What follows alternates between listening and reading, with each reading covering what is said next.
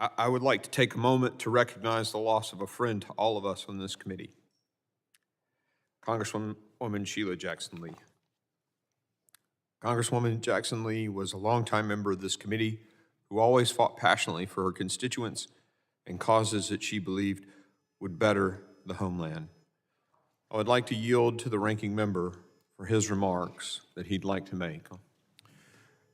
Thank you very much, Mr. Chairman. And like all of us, we are deeply saddened by the loss of my colleague, who was my seatmate for quite a while, Congresswoman Sheila Jackson Lee. Needless to say, she will be missed.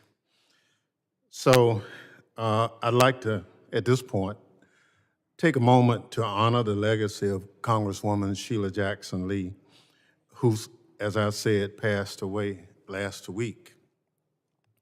During her nearly 20 years on this committee, she served on every subcommittee and left her mark on all of them. As every single one of us in this room know, there was no more fierce an advocate than Congresswoman Jackson Lee, and she directed her passion to making the homeland safer and more secure. She was dedicated to oversight, asking pointed questions of government and private sector witnesses alike, and pressing for hard answers.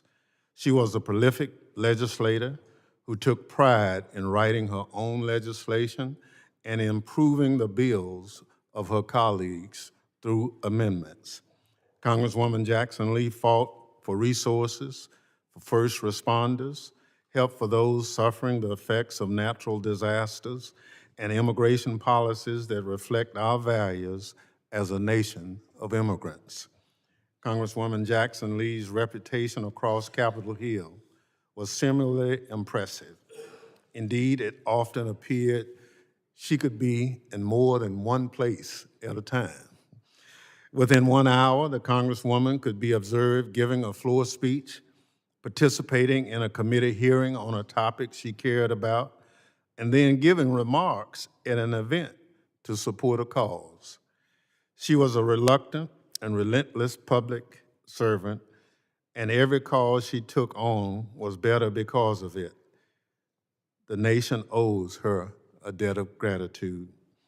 I'm grateful that Congresswoman Jackson Lee decided to lend her immeasurable energy and tenacity to our committee. Her absence will be felt just as much as her presence, and we will miss her dearly. Today, we continue our prayers for her family, friends, and constituents. And I yield back, Mr. Chairman. Thank you, Ranking Member. I ask that all members of the committee please rise and join me in observing a moment of silence to honor Congresswoman Sheila Jackson Lee's memory.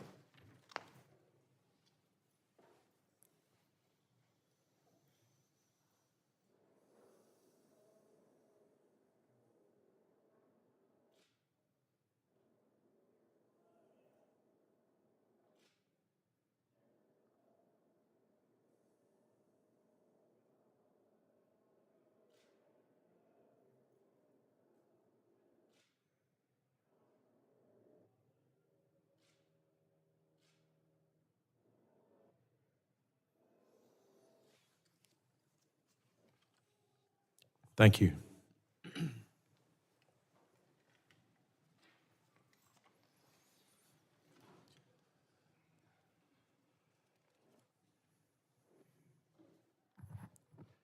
The purpose of this hearing is to examine the assassination attempt against former President Donald Trump that took place July 13th. I now recognize myself for an opening statement. On July 13th, 2024, our nation came within an inch of an unmitigated tragedy and crisis. In Butler, Pennsylvania, a 20-year-old gunman mounted a building in plain view of former President Donald J. Trump's campaign rally, took aim, and fired multiple rounds.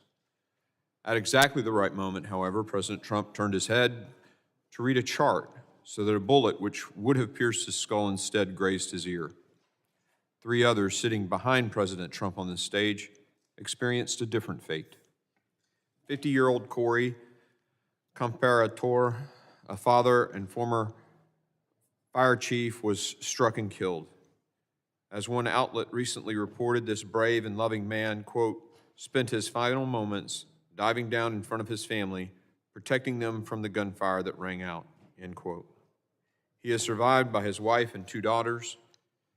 2 others, 57-year-old David Dutch and 74-year-old James Copenhaver, were seriously injured. I'd like to pause for a moment of silence in remembrance of Corey and in prayer for the recovery of David and James.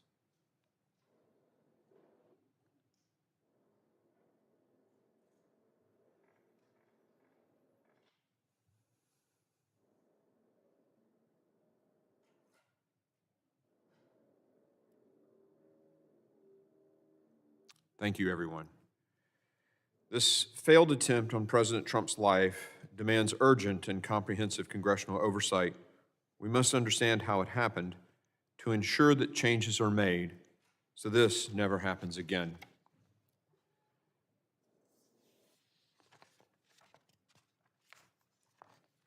That was the scene last Saturday, where thousands of Americans were exercising their constitutional rights until they were viciously attacked. Yet what we saw after those shots rang out should also encourage everyone. We saw a leader under fire, rising up to show the attacker had failed. We saw brave Secret Service agents who put their bodies in harm's way. And we see Americans across this nation refuse to let this thwart their participation in our democratic process. At the same time, however, we also witnessed a massive security failure by the Secret Service and the Department of Homeland Security. The closest someone has been to taking the life of a president or presidential candidate since Ronald Reagan was shot in 1981, more than 40 years ago. We must be committed in our determination to ensure that this never happens again. That is why the House Committee on Homeland Security is demanding full transparency and accountability. That's why we made a trip to Butler, Pennsylvania yesterday to see the site for ourselves. I'm grateful to the ranking member and the 11 other members who were able to come yesterday. And I want to share with the American people some of what we saw yesterday.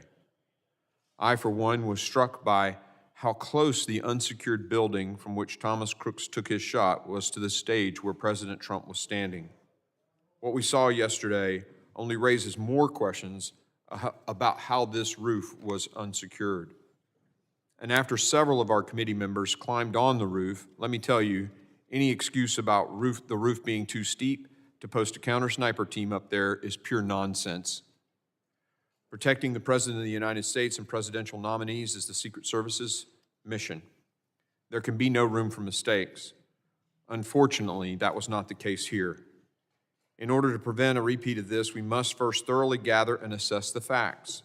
And that's why we're here today. Most importantly, to obtain answers for the American people from officials in the best position to provide those answers. And like tens of millions of Americans, our list of questions is extensive. Why was the rooftop which the shooter fired multiple rounds not secured? Who made the decision not to post a counter sniper personnel on the roof or in a place better to cover the roof? Were warnings from private citizens in attendance about a shooter on top of the building heard by federal law enforcement? And if so, why was nothing done to respond? How did the shooter access the rooftop despite reported federal and local law enforcement presence in and around the building? Were there communication breakdowns that prevented law enforcement officials from effectively communicating with each other in response to alerts and threats? The shooter was spotted and designated as a suspicious person prior to President Trump taking the stage. Why wasn't President Trump moved to a secure location until the Secret Service could investigate? The shooter visited the rally site multiple times before the actual rally. Reports indicate he even flew a drone on a reconnaissance trip to the rally site on the day of the attack. Why wasn't the site secure? Following the rally, the Secret Service said that reports President Trump's security detail requested additional security resources were false. However, then backtracked and told the Washington Post that the Secret Service had learned new information, indicating the Secret Service headquarters may have in fact denied some requests. Why and when were those requests denied? These are just some of the most pressing questions we have and expected to hear answers from Secretary Mayorkas and Director Wray and Director Cheadle. We also expect to hear answers and questions about the shooter's motivation and what the FBI has found in its investigation, including information collected from the shooter's various devices. Unfortunately and unacceptably, they have refused to appear before the committee today. Director Cheadle testified yesterday before another committee, but many questions remain. Yesterday, she provided wholly unacceptable responses to members of the House Oversight Committee and completely failed to address the lack of confidence both sides of the aisle have in her leadership of the Secret Service. Her appearing before one committee yesterday also does not absolve her of her responsibility before this committee. In any case, make no mistake, we will continue to push for answers. While these federal officials refuse to testify today, we're grateful for the opportunity to speak with law enforcement members about the events of that tragic day. Their testimony will be critical to putting together this complicated puzzle, understanding coordination efforts, and getting to the truth about what happened. Before I conclude, however, I have to urge the ranking member to reconsider his legislation that was clearly intended to strip Secret Service protection from President Trump. While I understand the legislation would not have applied in this instance, it was clear to everyone that it was directed toward former president. We all introduced messaging bills. This one should be withdrawn. Today's hearing is critical so we can ensure that our children and grandchildren will grow up in a free nation where every American can participate in the democratic process. I hope every member will join me in getting to the bottom of what happened so that it doesn't happen again. I now recognize the ranking member, the gentleman from Mississippi, Mr. Thompson, for his opening statement. Thank you very much, Mr. Chairman, and good morning to everyone. It's been 10 days since a 20-year-old took his father's AR-15 rifle to a campaign event in Butler, Pennsylvania, shot the former president and two others, and took the life of an innocent bystander who died protecting his family. We're grateful for the brave law enforcement officers who responded to the heinous attack, and our thoughts and prayers continue to be with the victims and their families. Let me be clear at the outset of today's hearing. The Secret Service has a no-fail mission, and there must be answers and accountability for what occurred. The security failures must be identified and addressed to ensure that they never, ever happen again. That work is already well underway. The Federal Bureau of Investigation and the Pennsylvania State Police have active and ongoing criminal investigations. The Secret Service has begun an internal investigation. Secretary of Homeland Security, Alejandro Mayorkas, has announced a bipartisan independent law enforcement review. And later this week, Congress will vote on a resolution to establish a task force on the attempted assassination. This committee also has begun its oversight as well. Yesterday, as the chairman indicated, I joined a bipartisan group of committee members on a visit to the Butler Farm Show grounds. We walked the site where the attack occurred. We saw the layout, buildings, and infrastructure for ourselves. We met with local officials and the county sheriff. Today's hearing is the next step in our oversight, and I hope it will be a productive one in keeping with the seriousness of the issue at hand. We must understand what happened in Butler and take corrective action to ensure the security of every Secret Service protectee.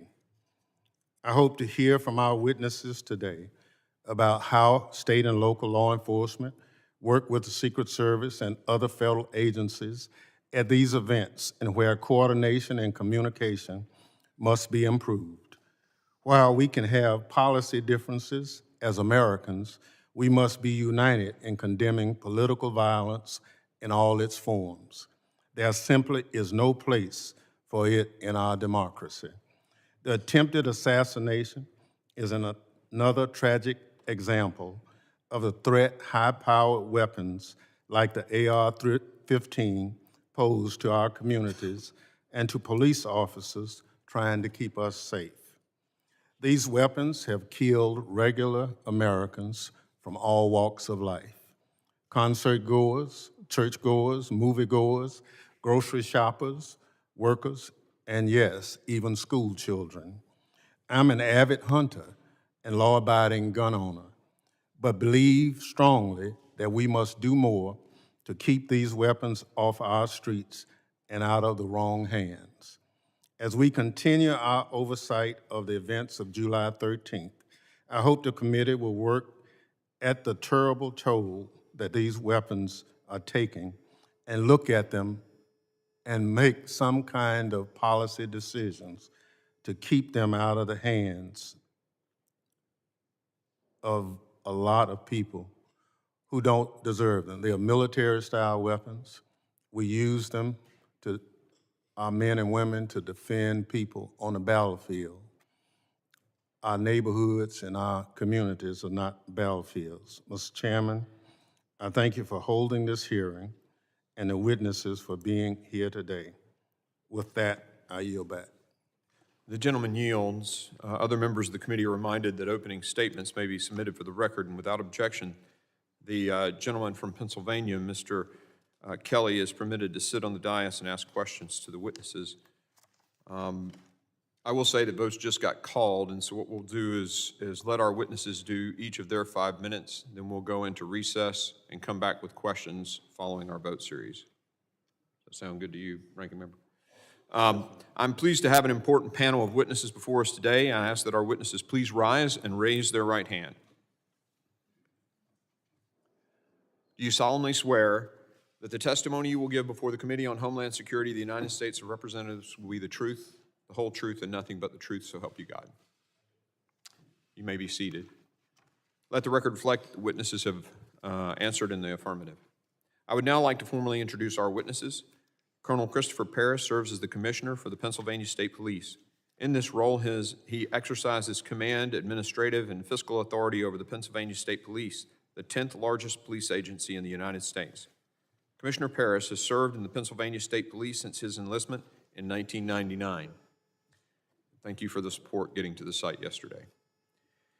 Mr. Patrick Yoes currently serves as the President, National Fraternal Order of Police. In this role, Mr. Yoes leads the order and its more than 367,000 law enforcement members in representing police officers and the profession. Prior to taking his current role, Mr. Yoes served an impressive 36 years as an active law enforcement officer. I thank the witnesses for being here today, and I now recognize Colonel Paris for 5 minutes to summarize his opening statement. Chairman Green, Ranking Member Thompson, Homeland Security Committee members, good morning. I am Colonel Christopher Paris, Commissioner of the Pennsylvania State Police. I would like to take this opportunity to offer our condolences on the passing of Congresswoman Lee. I would also like to take this opportunity to express our condolences to the Comparator family and offer our continued prayers to Mr. Dutch, Mr. Copenhaver, as well as former President Trump as they continue to recover. I'm humbled to be here today and testify about a tragic incident which has deeply impacted the Butler community, the Commonwealth of Pennsylvania, and our nation. I would like to dedicate my testimony here today to the approximately 6,400 women and men, civilian and enlisted, of the PSP who work tirelessly for Pennsylvania, and it is my honor to lead them. I'd like to offer a perspective that this is very much an ongoing, complex, and dynamic investigation. And each day, as we arrive at day 10 today, I learn multiple new facts as we uncover new information as the investigation progresses. I'd like to offer a point of clarification affirmatively about PSP's role. Prior to the shooting, our role was to support the Secret Service with personnel and assets that they requested.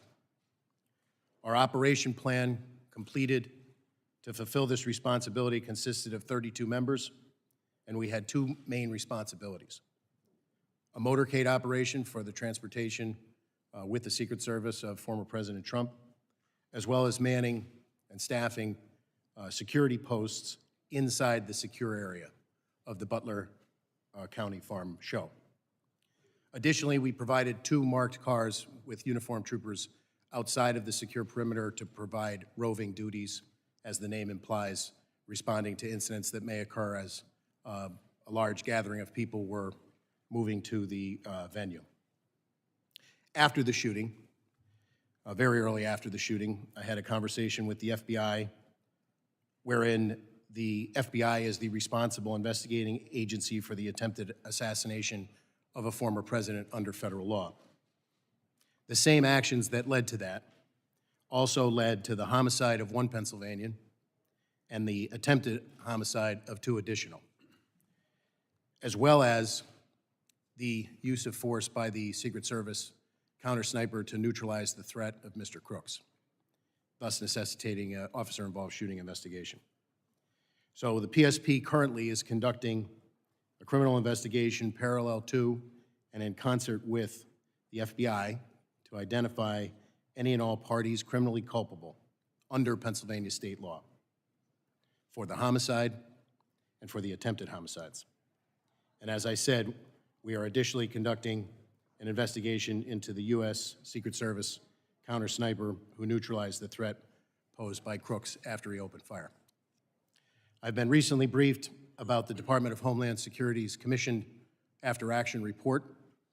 I can tell you that the Pennsylvania State Police will fully cooperate with that investigation, and it's my hope that I can answer some questions here today without sacrificing that ongoing investigation and prove to be of value to the committee. Thank you very much. Thank you, Colonel Paris. I now recognize Mr. Yoes for 5 minutes to summarize his opening statement. Good morning, Chairman Green, Representative Thompson, and distinguished members of the House Committee on Homeland Security. My name is Patrick Yoes, and I'm the National President of the Fraternal Order of Police, the nation's oldest and largest law enforcement labor organization. I'd like to first take this opportunity to recognize a long-term member of Congress and a member of this committee, Sheila Jackson-Lee, for her contribution to great work done here in Washington. I want to thank you for providing me with an opportunity to appear before you today on behalf of the 377,000 members of the Fraternal Order of Police as this committee examines the attempted assassination of former President Donald Trump just 10 days ago. Before I begin my testimony, I want to express my admiration for the Secret Service agents who jumped into action and protected the former president. Rarely does the public witness just how selfless these agents are, placing themselves between flying bullets and their protectee. They, along with state and local law enforcement officers on the scene that day, demonstrated extraordinary courage. I also want to extend my thoughts and prayers to the family of Corey Comparator and the others who were injured that day. My testimony today will not be specific to the attempted assassination of President Trump. Instead, I hope to provide a perspective of state and local law enforcement when providing support and assistance to these events. We must remember that the law enforcement mission is a shared mission, and agencies at every level routinely cooperate and collaborate with one another.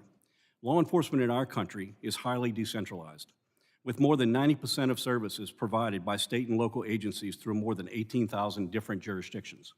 State and local agencies would not be effective without the support of their federal colleagues, and our federal partners would be unable to perform their functions without the assistance of state and local agencies.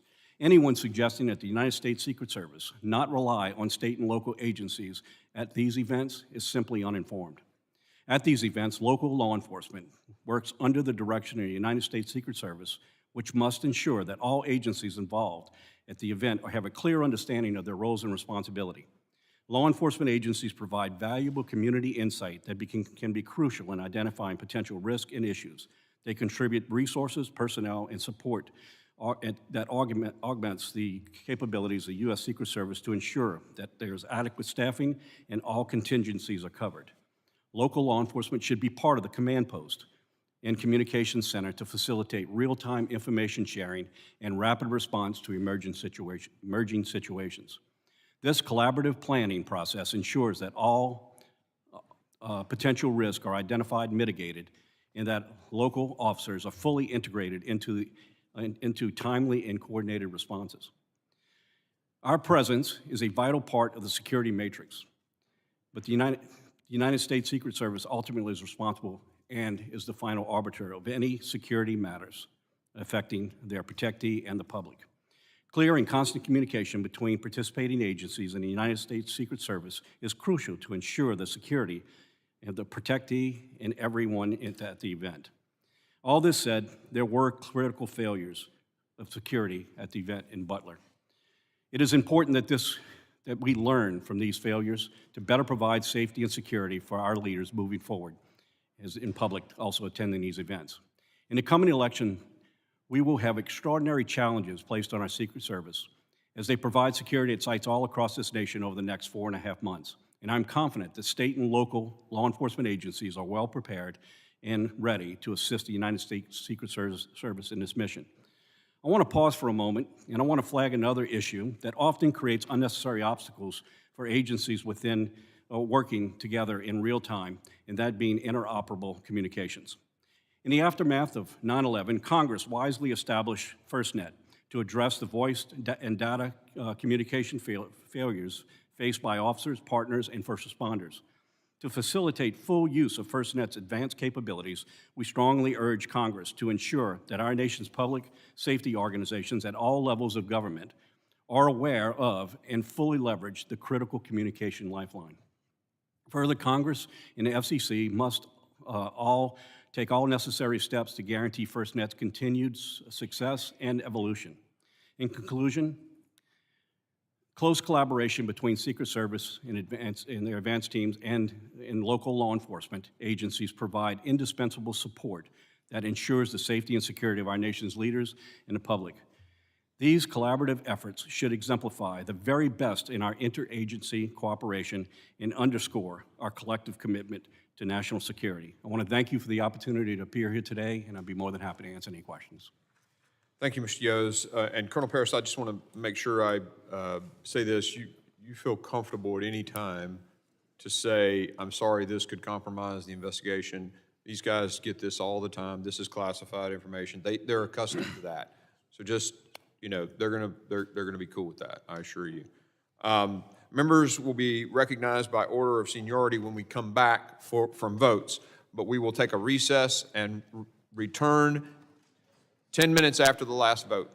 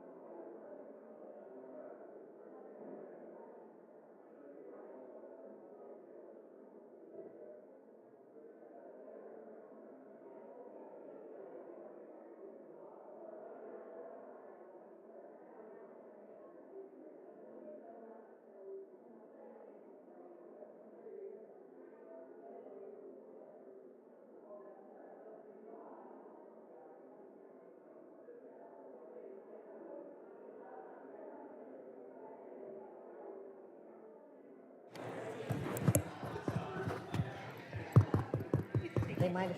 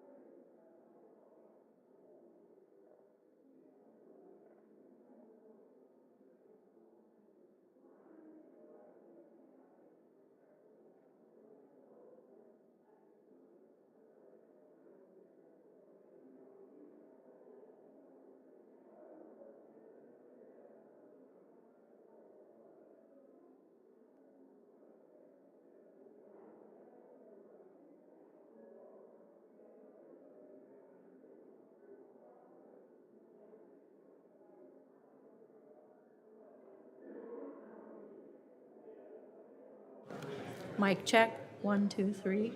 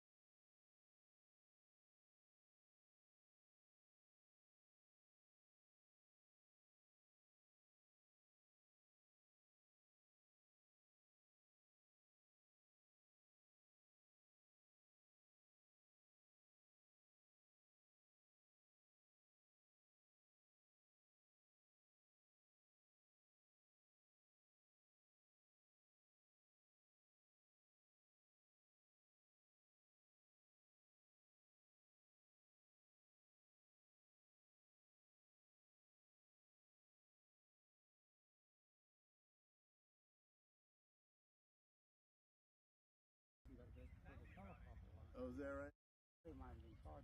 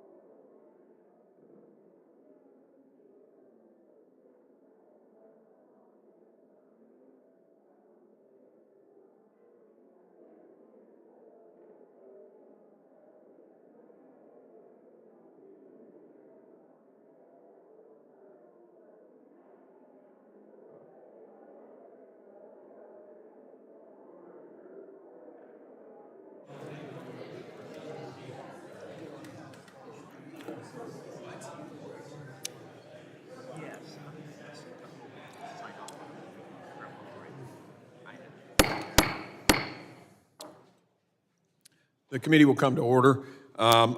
Members will be recognized in order of their seniority for their 5 minutes of questioning. An additional round of questioning may be called after all members have been recognized. I now recognize myself for 5 minutes of questioning. Colonel Paris, typically these events, do they typically have two control rooms or two sort of tactical operations areas where the Secret Service is in their sort of spot and the local law enforcement is in their sort of command center? Is that how it's typically done?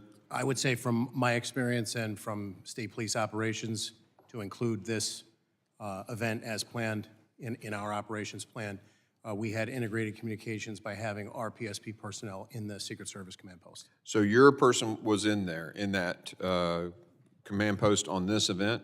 Yes, sir.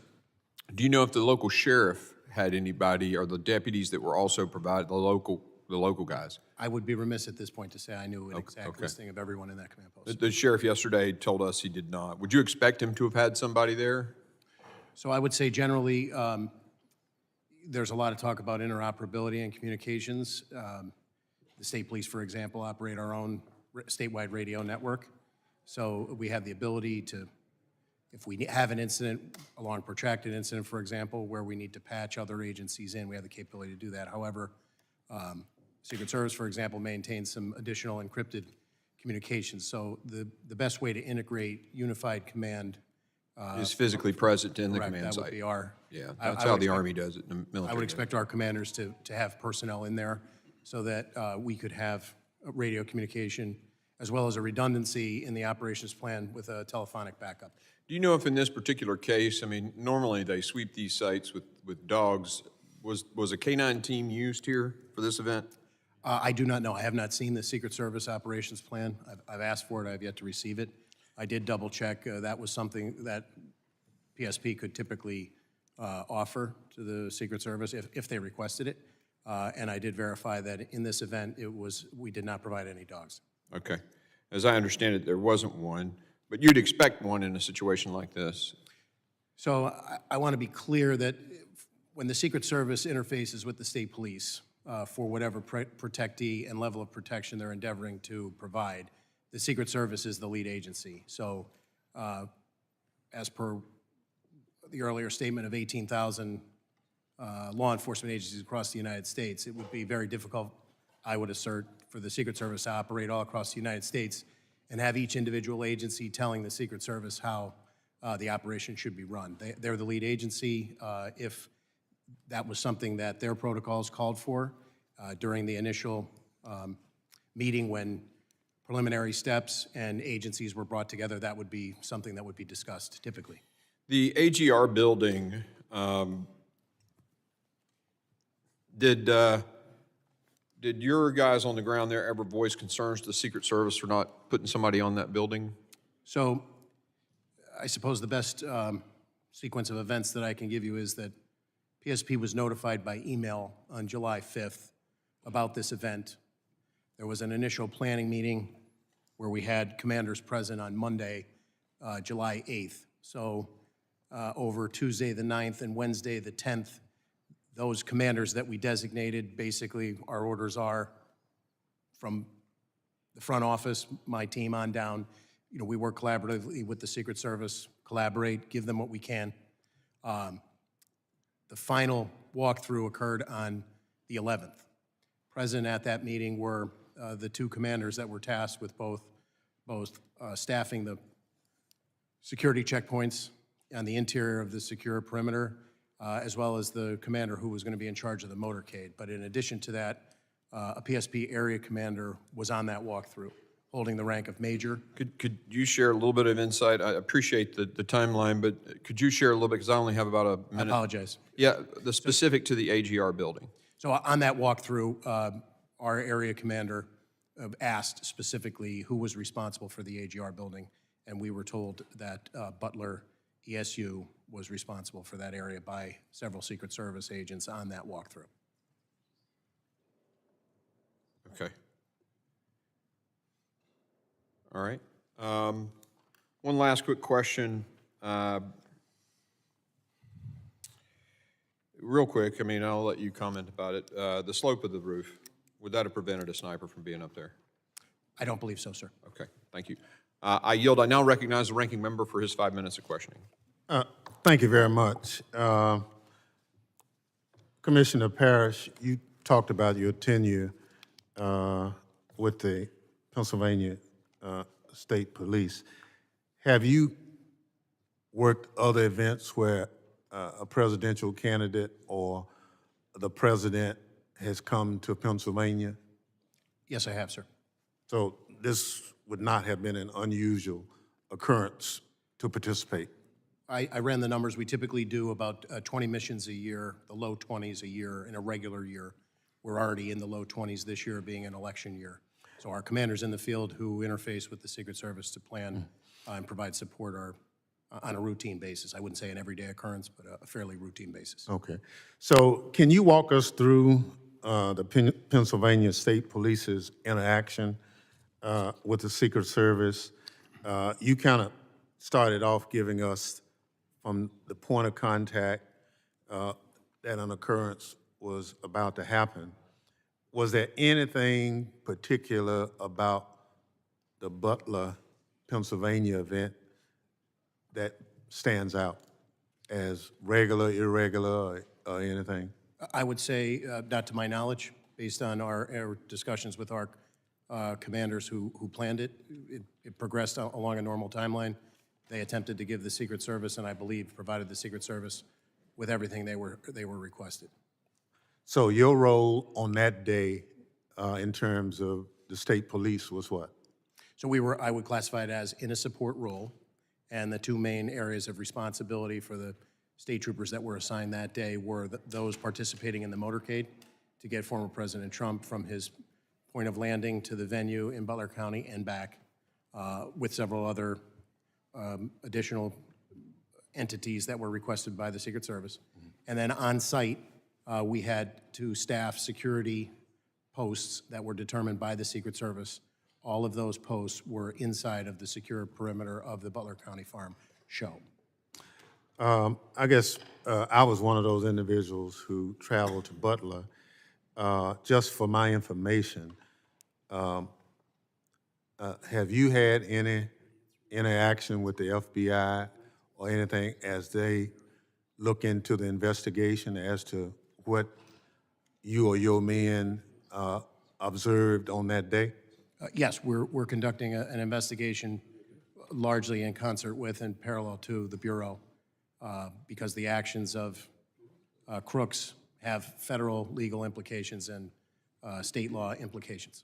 Okay, thank you. President Yoes, in your comments, you talked about the need for communication. You talked about FirstNet. And so we have federal, state, and local law enforcement at an event like what we're talking about in Butler. But in our conversation with some of the locals, not state police, but the sheriff's department and the chief of police in Butler yesterday, those individuals did not have communication with actually state police or Secret Service. Would that, in your professional opinion, be a vulnerability for managing an event like this? Well, I think we can go back to 9/11 when we identified at that time that the interoperability of different agencies to be able to communicate really was a hindrance. There's an infrastructure in place now to address these interoperabilities, but at the same time, they're not always utilized in every event. I do not have any direct knowledge whether that was the issue here, but I can tell you it is a common issue in law enforcement and an ability for our agencies not to be able to communicate.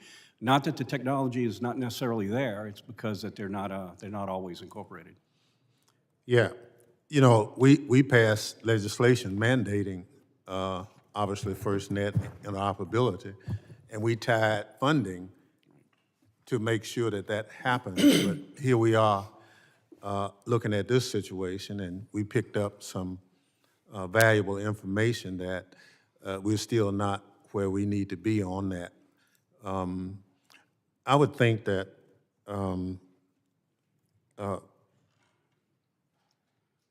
Colonel, the role of the state police is invaluable, but it appeared in talking with some of the local officials, as you say, it's just, you're not primary, you're kind of secondary in that role, that we need to somehow, as a committee, look at how do we enhance the overall mission so that we have no gaps. So I look forward to the work of this committee, identifying the gaps, look at the after-action review to close those gaps. So just to tell you one, Butler, Pennsylvania has no permitting process for events of that size. So you can announce it and hold it, and local government doesn't really have anything to do with it. And we were assured by local government that they would try to fix that. That they said we have to be more involved in events of this size so that if this was not the best venue, then that permitting could have gotten engaged and suggested an alternate venue, those kind of things. So thank you very much. I yield back. The gentleman yields. I now recognize Chairman McCall for 5 minutes of questioning. Thank you, Mr. Chairman. And I want to thank you for the site visit that we had at Butler, Pennsylvania yesterday. It was very eye-opening, educational. I agree with the ranking member's comments in terms of, you know, after 9/11, after 9/11, connecting the dots and federal, state, and local working together was the answer. I led a joint terrorism task force when I worked at the Department of Justice, and I also was involved in national security events, so I kind of know how these things operate. My question is to Colonel Paris. It's standard practice that the lead federal agency will come in and meet with the state and locals regarding the security plan before the event, prior to the event. Sir, did you participate or did your department participate in that? So I did not participate. As I stated earlier, there were two commanders dedicated to those two primary roles, the motorcade and the staffing of the posts on site within the secure perimeter, as well as a state police area commander. So just as a way of background, our area commander that covers multiple troops in that area of the state, out of nearly 5,000 troopers, there are only 4 area commanders. So that major was present for the walkthrough on the 11th. And were your troopers assigned inside the perimeter or outside? Inside, sir. Inside. And was the outside within the jurisdiction of the local police? So just as a point of clarification, there were 2, on the operations plan, there were 2 marked cars that were assigned roving duties, which would primarily, as the name implies, be outside of the secure perimeter on roadways, responding to incidents that potentially could occur as a result of a congregation of that many people. But So we saw, we actually walked onto the roof where the sniper was. A clear, eyes-on, clear shot of the president. A tree blocked the Secret Service's view. This kid did some investigation. He had a drone out there days prior, got an aerial surveillance of the premises. And that position was probably the best position outside the perimeter, as far as I could tell. There was also a water tower that would have been a perfect spot for Secret Service. Were you aware of any presence of Secret Service in this water tower? I was not. And you're aware of what I'm talking about? I am familiar. I physically flew out there on Saturday the 13th. It was still very much an active crime scene, so I did not walk the roofs, but I did. On the adjacent building, we got a tour of that as well, where I believe the local police were positioned. There were 3 windows. The first one had a plain view of where the sniper would be. However, they were stationed in the second and third windows. Are you familiar with this at all? I am not, from the standpoint that I have not seen the Secret Service's operations plan, and our deference would be to them to assign Butler ESU Right. according And to. they were apparently local counter snipers Do you know if they should have been assigned to the rooftop? I would defer to there are many ways that you can cover. Obviously, positioning people on the rooftop would be one of those. No, and going to the actual site, way too close. He should never have been allowed to get on top of that building. And I don't know how, and I know he was on your radar inside the perimeter. You seem to have lost him, and somehow he finds his way up to the rooftop unimpeded until a local law enforcement officer crawls on top of the roof and looks at him, and he points his AR-15 at him. My question to you is, what was the communication like that day? Typically, Secret Service has one channel for them, the other channel for state and locals. Was there any communication to identify, hey, this is not a local police officer, this is in fact an unidentified individual on the rooftop? Was that communicated to the Secret Service? So my belief, as I sit here today, is that we did have integrated communications from members that were inside of the Secret Service command post. Completely deferential to the ongoing nature of the investigation. I have an understanding of a sequence of events, but I would like to draw a distinction between a sequence of events, meaning... So my theory is that they thought maybe he was an officer, but then they find out he's not. The thing I find interesting is that the counter-sniper Secret Service, within seconds of the shots on the president, kills a suspect. That tells me he had him in his sights. Maybe he was not aware of who the individual was not identified. But I know within seconds after the shots were fired at the president, the threat was eliminated. Lastly, I just want to end with this. This was actually astonishing, and I want to get your confirmation. He had a detonation device with him, and 2 of his bombs were located in his car that was parked on the other side of the perimeter. Seems to me a good theory would be that he was going to kill the president and then detonate his car, causing a diversion, and then escape from the crime scene. Are you aware of any of this? I am aware of the presence of the device on his person. We were aware of that very early on, and that was a serious tactical consideration in the hours in the immediate aftermath as we worked that crime scene. But to your point about his ultimate theory or what his ultimate motivation was, that remains under investigation. And he had a rangefinder on him as well. That's a big red flag. I yield back. Gentleman yields. I now recognize the gentleman from California, Mr. Swalwell, for 5 minutes of questioning. Violence has never been the answer. And I thank both of you for your service in law enforcement and testifying today. Violence has never been the answer.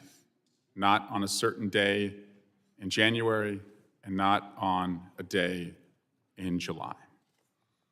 I remember I was 12 years old and my dad, I was on the way to school on a cold day in January, and my dad, who was a cop, stopped me as I was about to leave, and he wanted me to watch the television. His guy had just lost a presidential election, and some young kid from Arkansas was about to be sworn in as the new president of the United States. My dad was burned.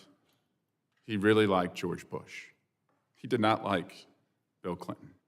But he told me to stop and watch the television coverage of the inauguration because he said, look at that, son. He said, that's what makes us so special.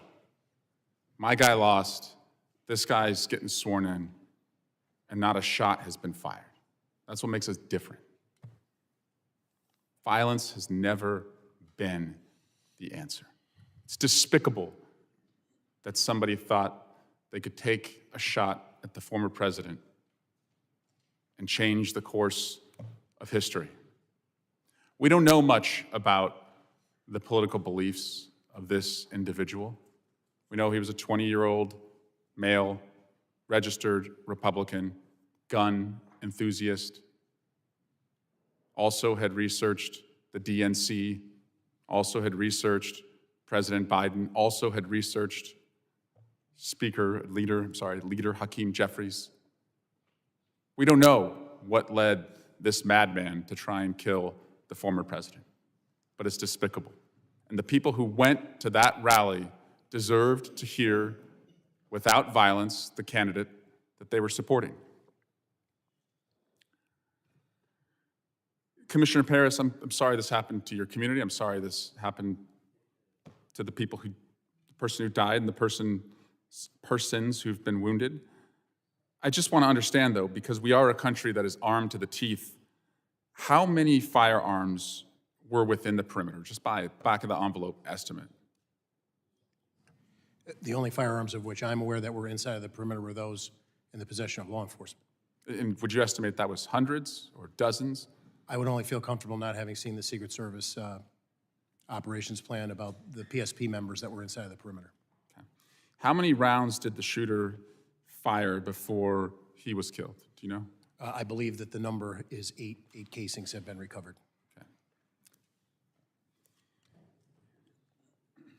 I also understand the emotions around this assassination attempt, but I am not going to allow some, and I say some, the chairman of this committee is a serious legislator who wants answers.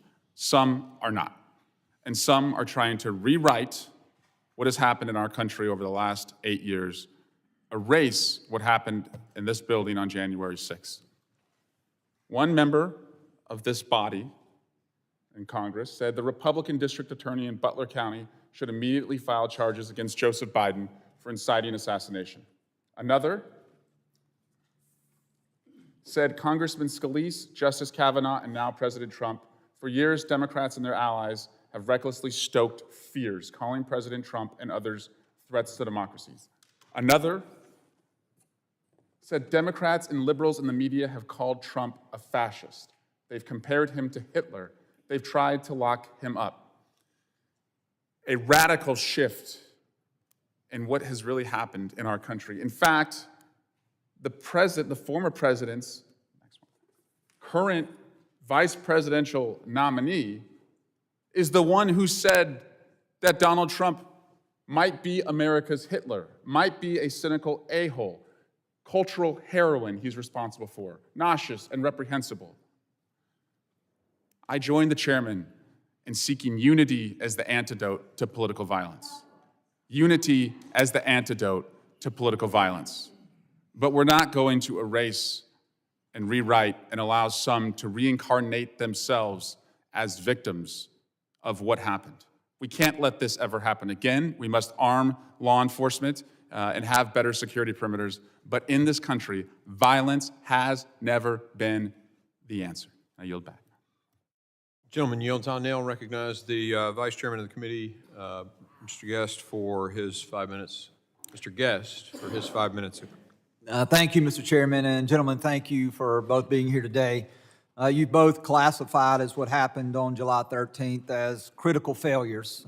I would expand that and say it was a colossal failure.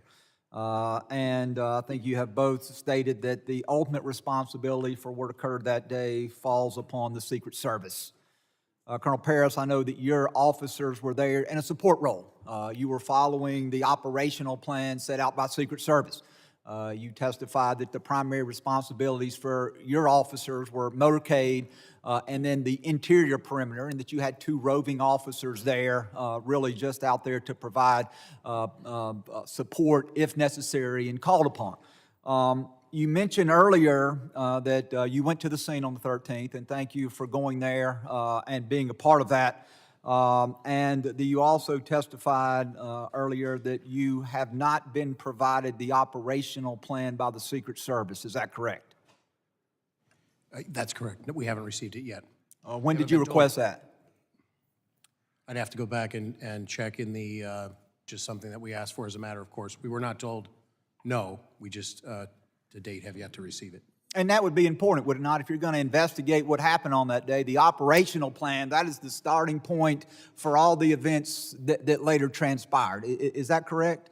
Well, I don't want to overstate the role of the state police here is to investigate the 3 Pennsylvanians that were shot and the use of force by the Secret Service counter sniper. To the extent that we need to know the sequence of events leading up to that, we obviously would like to know as much as we can. but it's not our role to do an after-action report on the secret. Well, but all the shootings occurred simultaneously. The same shot that struck President Trump, one of those shots killed one of your fellow citizens, and two others were injured. And so you can't separate the two. This is one investigation into a shooting that occurred in which one of your citizens were killed, two more were fatally injured, in which the president himself was struck. And so the fact that the Secret Service is stonewalling your investigation, that they're not providing you this information. We saw the testimony yesterday from the Secret Service director where she refused to answer questions and has now resigned. I find that to be especially troubling. We have the Secret Service not wanting to cooperate with Congress, not wanting to cooperate with a fellow law enforcement agency, and I personally find that troubling. As we look, and as you are aware from speaking to your officers that were there physically on the scene that day, did Secret Service, did they have any drones in the air so that they could have an eye in the sky and see what was happening to your knowledge? To my knowledge, I'm not aware that they were using drones, but that And I haven't seen the operations. does your agency have drones? We do maintain some drone. So if Secret Service would have requested your agency to fly drones that day, you would have been able to do so. Is that correct? We would have endeavored to try to honor that request. Yes, sir. And you testified that you've been to the scene of the shooting. Did you see the water tower that's located approximately 100 yards from the building where the shooter fired those shots? I did see it, sir.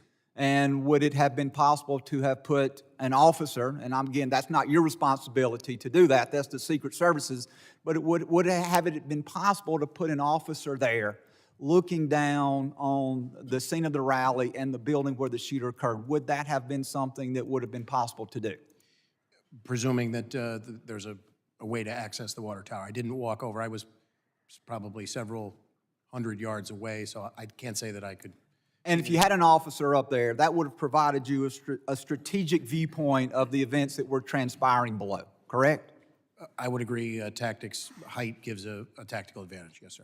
And then I want to ask you also about the roof where the shooter was located. You said you didn't go on the roof, but you viewed the roof. Is that correct? Yes, sir.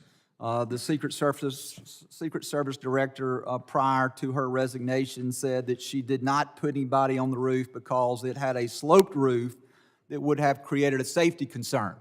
Now, I was in Butler, Pennsylvania yesterday with many members of this committee. My fellow member, Carlos Jimenez, who is 70 years old, and I guess he doesn't mind me saying that since he has put that information out there. There's video of him easily traversing the roof, walking across the roof, and even though he is some 50 years older than the shooter. And so my question is, do you agree with the assessment of the former Secret Service director that the roof was so sloped that it created safety concerns? I can't agree with that statement, sir. All right, thank you very much. I'm out of time and I yield back. Gentleman yields. I now recognize Mr. Correa for 5 minutes of questioning. Thank you, Mr. Chairman, and I want to thank you and the ranking member for putting together the trip to Butler yesterday. Good, eye-opening trip. And Colonel Paris, thank you for hosting us out there. I certainly hope that the Secret Service does cooperate with us in our investigation as to what went wrong. Secret Service has to be 100% correct all the time. There's small force, 2,300 plus maybe 1,300. So you local police officers are the force multiplier. And to hear you say that miscommunication was an element here is unacceptable. We talked earlier to the fact that FirstNet was put together post 9/11. It's a little bit over 20 years ago. And to hear that we still don't have the technology for people on the ground to talk with each other is of concern. It's even of greater concern to me when I was taking a tour of that farm in Butler, Pennsylvania yesterday. I had local law enforcement officers, local electeds coming to me, whispering to me, there's more here to the story. We need to talk about what actually happened. To have people that were on the ground there, concerned, afraid of stepping forward is unacceptable. to tell us of other failures that maybe this committee does not know about yet, that were part of what happened in Butler, Pennsylvania, is unacceptable. I asked one of the officers, safety officers, could you talk to the Secret Service? Said, no, we can't communicate. Took us 15 minutes to communicate with them. Local elected official who said, I have other stories that I need to talk to you about when you have a moment. Ladies and gentlemen, we're 4.5 months away from this election. Pennsylvania is a battleground state. You will have these kinds of events again. And to know that we don't have the facts, let alone execute a plan to fix the holes, is unacceptable to our democracy and to our country. We can talk about the facts. The facts are a lot of things went wrong. Let's talk about how to fix it. Fix it now. I think we start with accepting the fact that things went wrong and that we need more resources. Colonel Paris, your volunteers, your officers that you put on the line to help the Secret Service, are they actually compensated somewhere for their overtime, their extra time they're out there? They're in a paid status, yes. They're not, we assign them to those duties, and if they incur overtime as a result of the contract, the contractual bargaining agreement, we pay them. So let me ask you something in the minute and a half I have left. One of the local officers there, after we spoke a while, I said, well, let me summarize what you just told me. You're asking me who's in charge. And he asked me, yeah, I want to know who's in charge. I said, well, let's talk some more. And he said, Lou, we don't know if it's the campaign or the Secret Service that's in charge here. Said, if I called for a row of dump trucks to be put up behind the stand, it wouldn't happen because the optics would not be good for a campaign rally. I want to know who is in charge protecting our national candidates. And Mr. Chairman, I'd like to see if we can ask those tough questions. This is not a Democrat or Republican issue. This is about trying to come up with some rules, protocol to make sure this does not happen again. After the events, we can sit here, we can point fingers at each other and talk about partisanship. It's not going to fix our democracy or electoral system. Mr. Chairman, I do hope we go back and talk to a lot of those folks who are not here today, who wanted to talk, who weren't invited, and a lot of people, even if we invite them, are not going to talk. Because frankly speaking, they want to keep their heads down as the shooting continues. Thank you, Mr. Chairman, and I yield.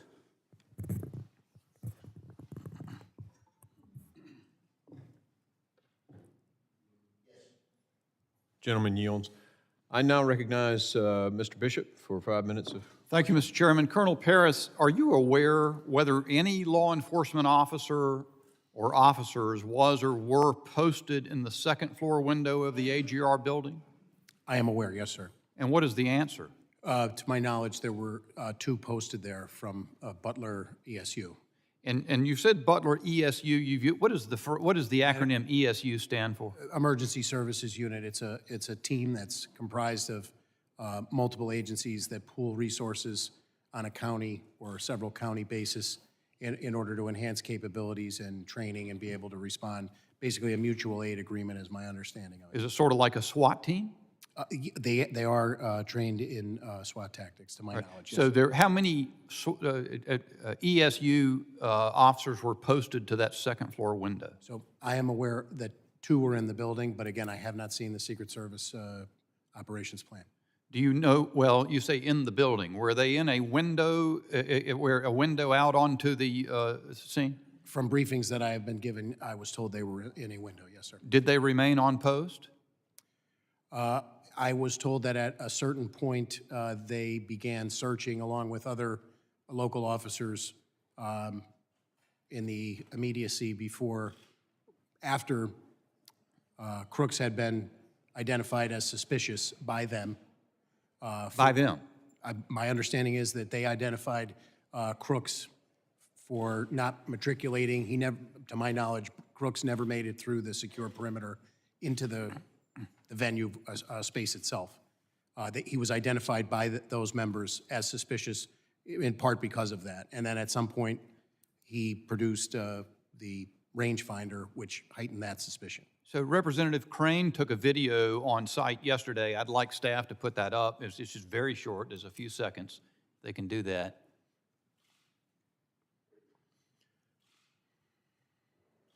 If I understand correctly, this is from the second-story window of the AGR building. You can see that window comes out from the sash and swings out to the right. There's an aerial photo right after Crooks was killed, where Crooks's body's on the roof, and that window was open. Was it from this vantage point that those ESU officers spotted Crooks? I don't know that particular window, but my understanding is from a second-story window is where he was initially spotted. Okay, so are you then saying that, to your knowledge, those ESU officers left the location where they could look out the window to go in search of this person? That is my understanding. So sometime before the time between the time he was spotted on the ground and identified as someone suspicious until the shooting, they had left that post to go look for him. Is that what you're saying? My understanding is yes, along with other municipal officers that responded to that area. And that's based on interviews that we've conducted, and I want to be very clear that I don't want to establish a timeline minute by minute because we don't have that yet. I think that's revelatory. I haven't heard that information. I did hear before that and there's a local news station. Well, there's a local news station report from July 17 that says that local law enforcement were told they couldn't be responsible for securing the AGR building during the Trump rally. And of course, you've testified a moment ago or earlier in this hearing that it was your understanding that the meeting with the Secret Service on the site was that ESU was going to handle the AGR building. Which is it? Do you know? My understanding is what my initial answer was. Okay. You also, in response to Mr. McCall, you started to say something. You were saying that you did have integrated comms, and you were saying you were deferring to the ongoing investigation, but you have an understanding of the sequence, and then he cut you off and went on to another question. Do you know what you were about to say? Do you remember that? Just that we had members of PSP inside of the Secret Service command post, and we were maintaining communication with our people. Had ESU maintained position in that window overlooking the roof, isn't it true that they would have had a clean shot at Mr. Crooks as he was ascending the roof to his shooting position?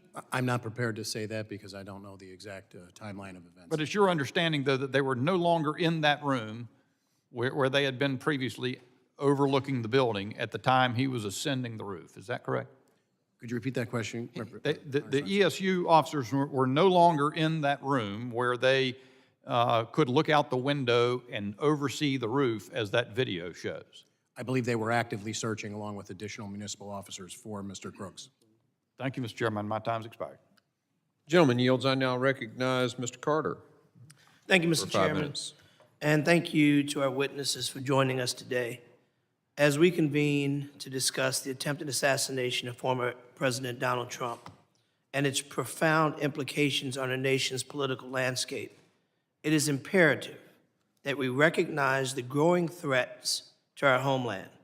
The failure of the Secret Service to protect former President Donald Trump must be thoroughly investigated and addressed to ensure such an incident never happens again. Violence has no place in political discourse, regardless of our philosophical differences, our parties, or our beliefs. We must stand united against such actions and uphold the principles of democracy and respect. What happened on that day was an incredible breach, a threat to our nation because one of our leaders were placed in harm's way. Secret Service has a principal role, and that is to provide protection for our party leaders, whether they're Republican, Democrat, or other, whether they are someone that we agree with or someone we disagree with. It's not a luxury. It's a necessity. It's an imperative. And while we all have lots of questions, it appears abundantly clear that the two of you, and while we appreciate you being here, own no responsibility to the breach. And I respect the fact that the questions that are coming to you are very difficult for you to answer because you have limited facts. But I do appreciate your presence. I appreciate your leadership. I appreciate what you do. And for all the men and women in uniform, we thank you for putting your lives on the line to protect us. I will ask this general question. If you were in charge, can you say what you might have done differently? I would defer to the Secret Service from the standpoint that our expertise in the Pennsylvania State Police is not primarily focused on full-time dignitary protection, sir. I would endeavor generally to try and put whatever resources and partnerships in place to maintain and ensure the safest event we possibly could. Do you believe that the coordination failed between agencies? Again, I can only comment on the state police portion at this point. We continue to learn more 10 days in, and I have not seen the Secret Service operations plans. Mr. Yoes, can you join us and share any light in your expertise on Yes, where we are and how can we make sure this absolutely never happens again, regardless of who might be at the podium? A president is a president is a president. I could not agree with you more. In this situation, if I'm speaking on behalf of local law enforcement or state law enforcement, I would say that, again, the primary responsibility of making these calls, making these decisions, and making the operations plans going to be the Secret Service. As I mentioned earlier, there are some 19,000 agencies across this country. It would be impossible to have any continuity or any consistency with what we do in protecting, our leaders. So Secret Service would have to play a huge role in this part. If you're asking me personally what I would have done different, well, obviously I look at an assessment of the situation and look at all of the elevated positions that were in place. They should have been part of a contained area. But that's just my own personal view of not seeing news reports and not physically being on site. I have never served in any form of law enforcement, but I think I would have figured that that perimeter should have been tighter. I think I could have figured out that there's no way that that building where the shooter sat, laid, and aimed should not have had snipers on top of it as well, negating any opportunity for a shooter to be there. Notwithstanding that there should have been a sweep of the area, we should have had our people on that building as a point of view for our former president. And as I said, a president, a president, a president, a former president, a former president, former president, a cabinet secretary, a leader. We deserve to have answers to these questions, because when we don't have answers, those who would rather divide and create theater by saying things that aren't true and they know aren't true, distorting facts and trying to suggest that somehow people played an active role. Listen, the American people deserve the truth. And so I am imploring that we have somebody at these tables that can answer the questions, the good, the tough, the uncomfortable, the comfortable, because the American people deserve to know. This is something that should have never happened. And we as a committee, in a most bipartisan fashion, should stand together to make sure that we send a message always, that we will always protect our leaders, whether we agree with them or not. Mr. Chairman, I yield.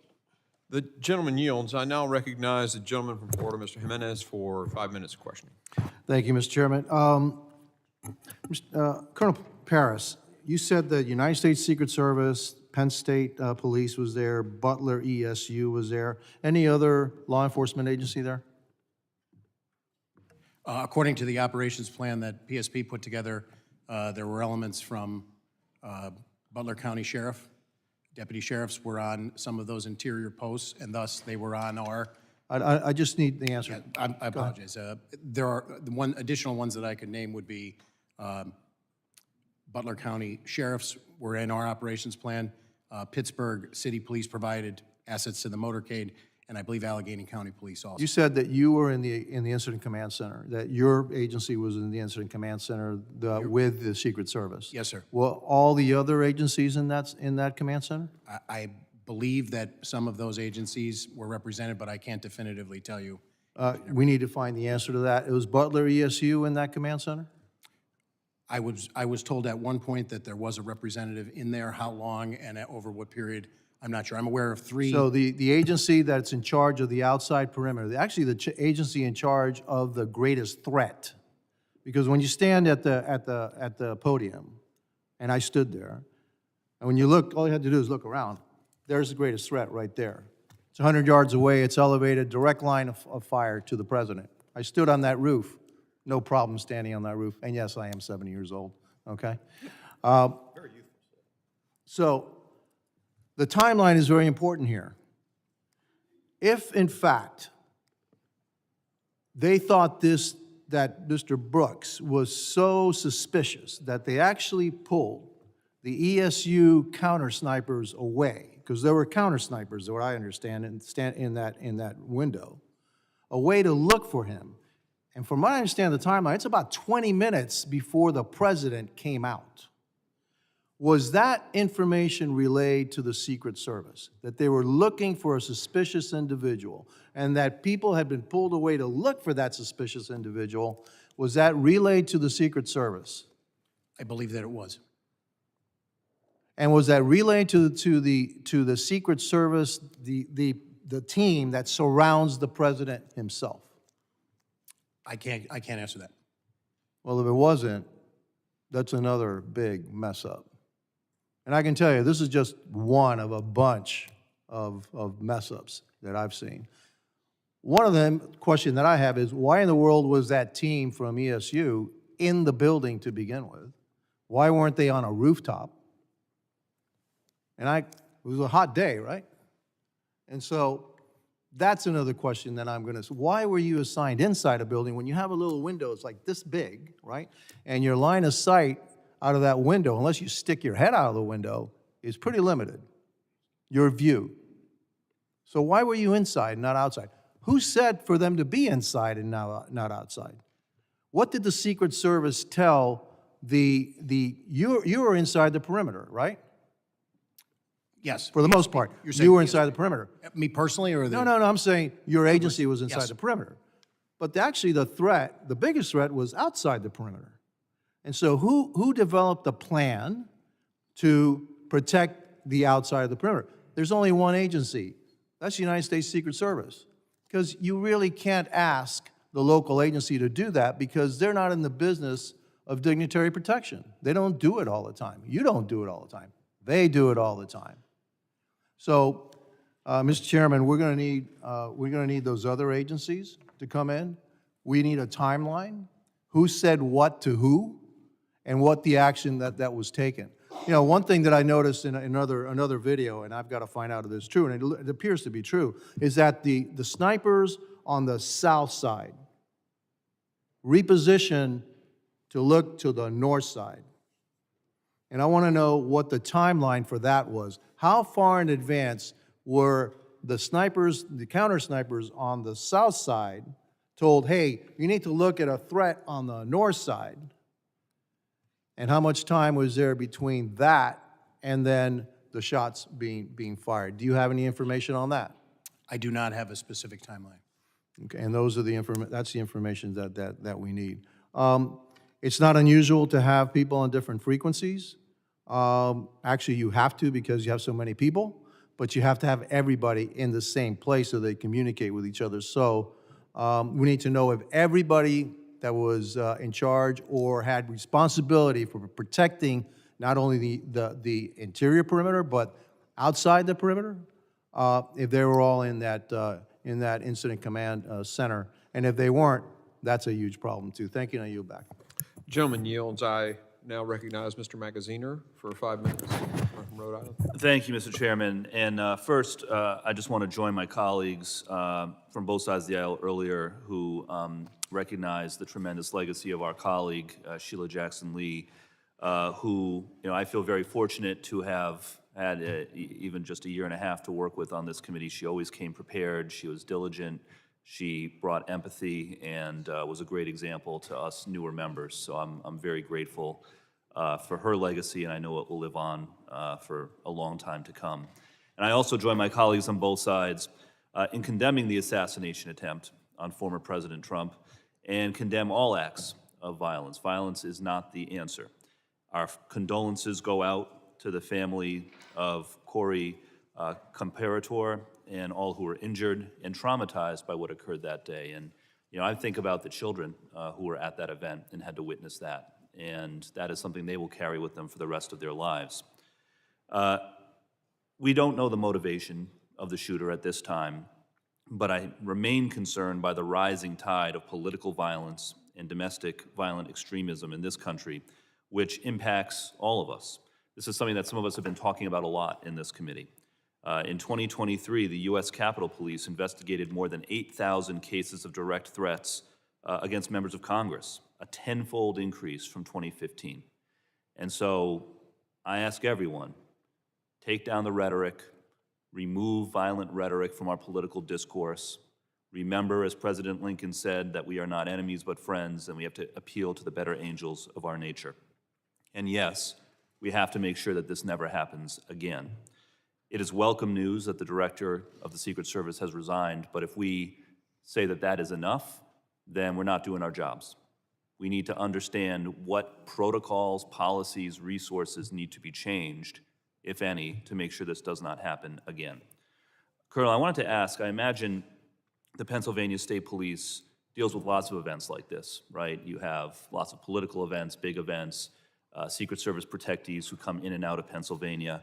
So can you just help us understand, is it unusual to have such a small perimeter around an outdoor event like this one? I would say that we routinely, as a matter of course, exercise deference to the Secret Service to set the perimeter for an event like this based on the protectee. Yeah, I think it's important to note that Pennsylvania is a state where anyone 18 and above can carry a firearm like an AR-15 without a license. It's an open carry state. And so my second question is, outside of that perimeter,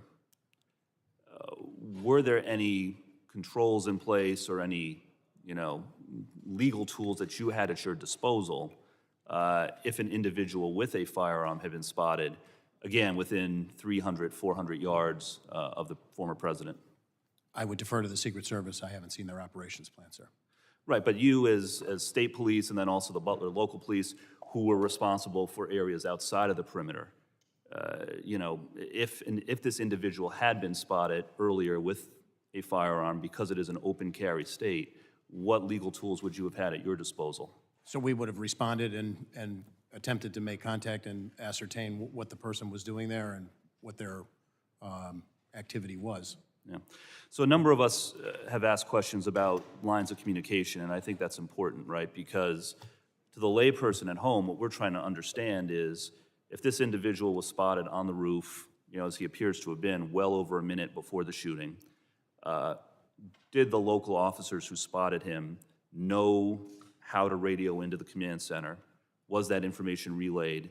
And then was it in turn relayed to the Secret Service? This question has been asked a few different times, but can you tell the public what you know about whether local officers outside the perimeter knew how to radio in a suspected threat, whether there was an individual in the command center who was receiving those calls and communicating them to the Secret Service? So I do know that Butler County set up a command post on the site itself, along with the Secret Service's command post, but they were not located in the same building.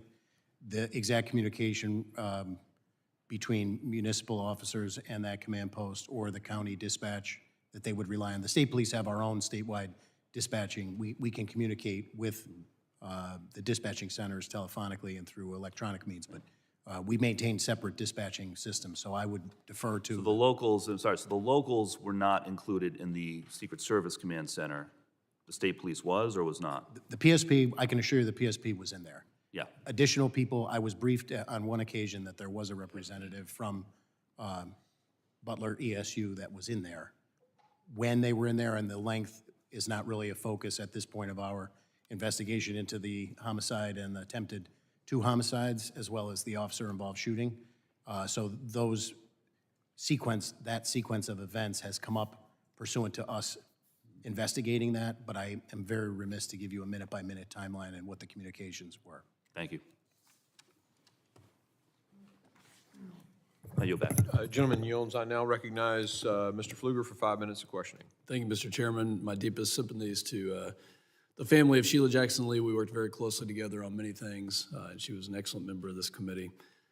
I agree with my colleague, Mr. Carter, when he talked about Americans deserve the truth. I absolutely agree with that, and also Mr. Magaziner talking about Republicans and Democrats working together on the oversight. Imagine if we worked together, the transparency that we could have on so many other issues that are going on right now, and I believe that that is possible for us to do. Thank you both for being here. Colonel Paris, was it clear to you, when we talk about rules of engagement, deconfliction plans, the assignments of which law enforcement agency will cover which section, did you have concerns prior to the president coming on stage? And if so, did you voice those concerns to the Secret Service? So just to be clear, I was not present at the venue on July 13th. But in the planning and the lead-up, Planning, my default position would be that our commanders are aware of what their responsibilities are within a unified command structure reporting to the Secret Service. And do you believe that it was absolutely clear that there were 0 questions of who was supposed to cover what areas of the venue? I can only comment to our responsibilities, and I believe our responsibilities were delineated to us, and I believe we met or exceeded those responsibilities based on everything that I know as I sit here 10 days in. I think there's still a lot of questions regarding the plan, you know. Agreed. And this is always, in any sort of protection assignment, that's always the hardest thing. Who are friendly assets? Who could be a vulnerable hostile actor? Who displays hostile intent, hostile act? I think it's clear there was a failure, and we definitely want to get to the bottom of it. President Yoes, do you get the impression that Secret Service, at any point in the run-up to this or other events, has been stretched thin when it comes to just the work hours that they are putting in, the resources that they have? Was that communicated in any way? Well, I can't speak directly to that. I can tell you that law enforcement across this country is stretched thin, just simply due to the inability to be able to attract the best and the brightest at any levels in order to maintain the staffing levels we need. So if that is the case, and we're not meeting those levels in Secret Service because of our inability to be able to recruit, then we need to address that. Or if it's the alignment of assets and the assignment of individuals, then that in itself is something as well, and it's something I'm not in a position to be able to speak about, other than to recognize that there's 2 huge factors here that need to be addressed. Well, it's clear that that's the case, and God bless both of you for what you do, for the hours that you put in to protect our communities, and we can't do it without you, and we need you, and we will continue to advocate for you. I want to talk about now, that leads me into this next question. There's a piece of legislation, H.R. 8081, called the Disgraced Act.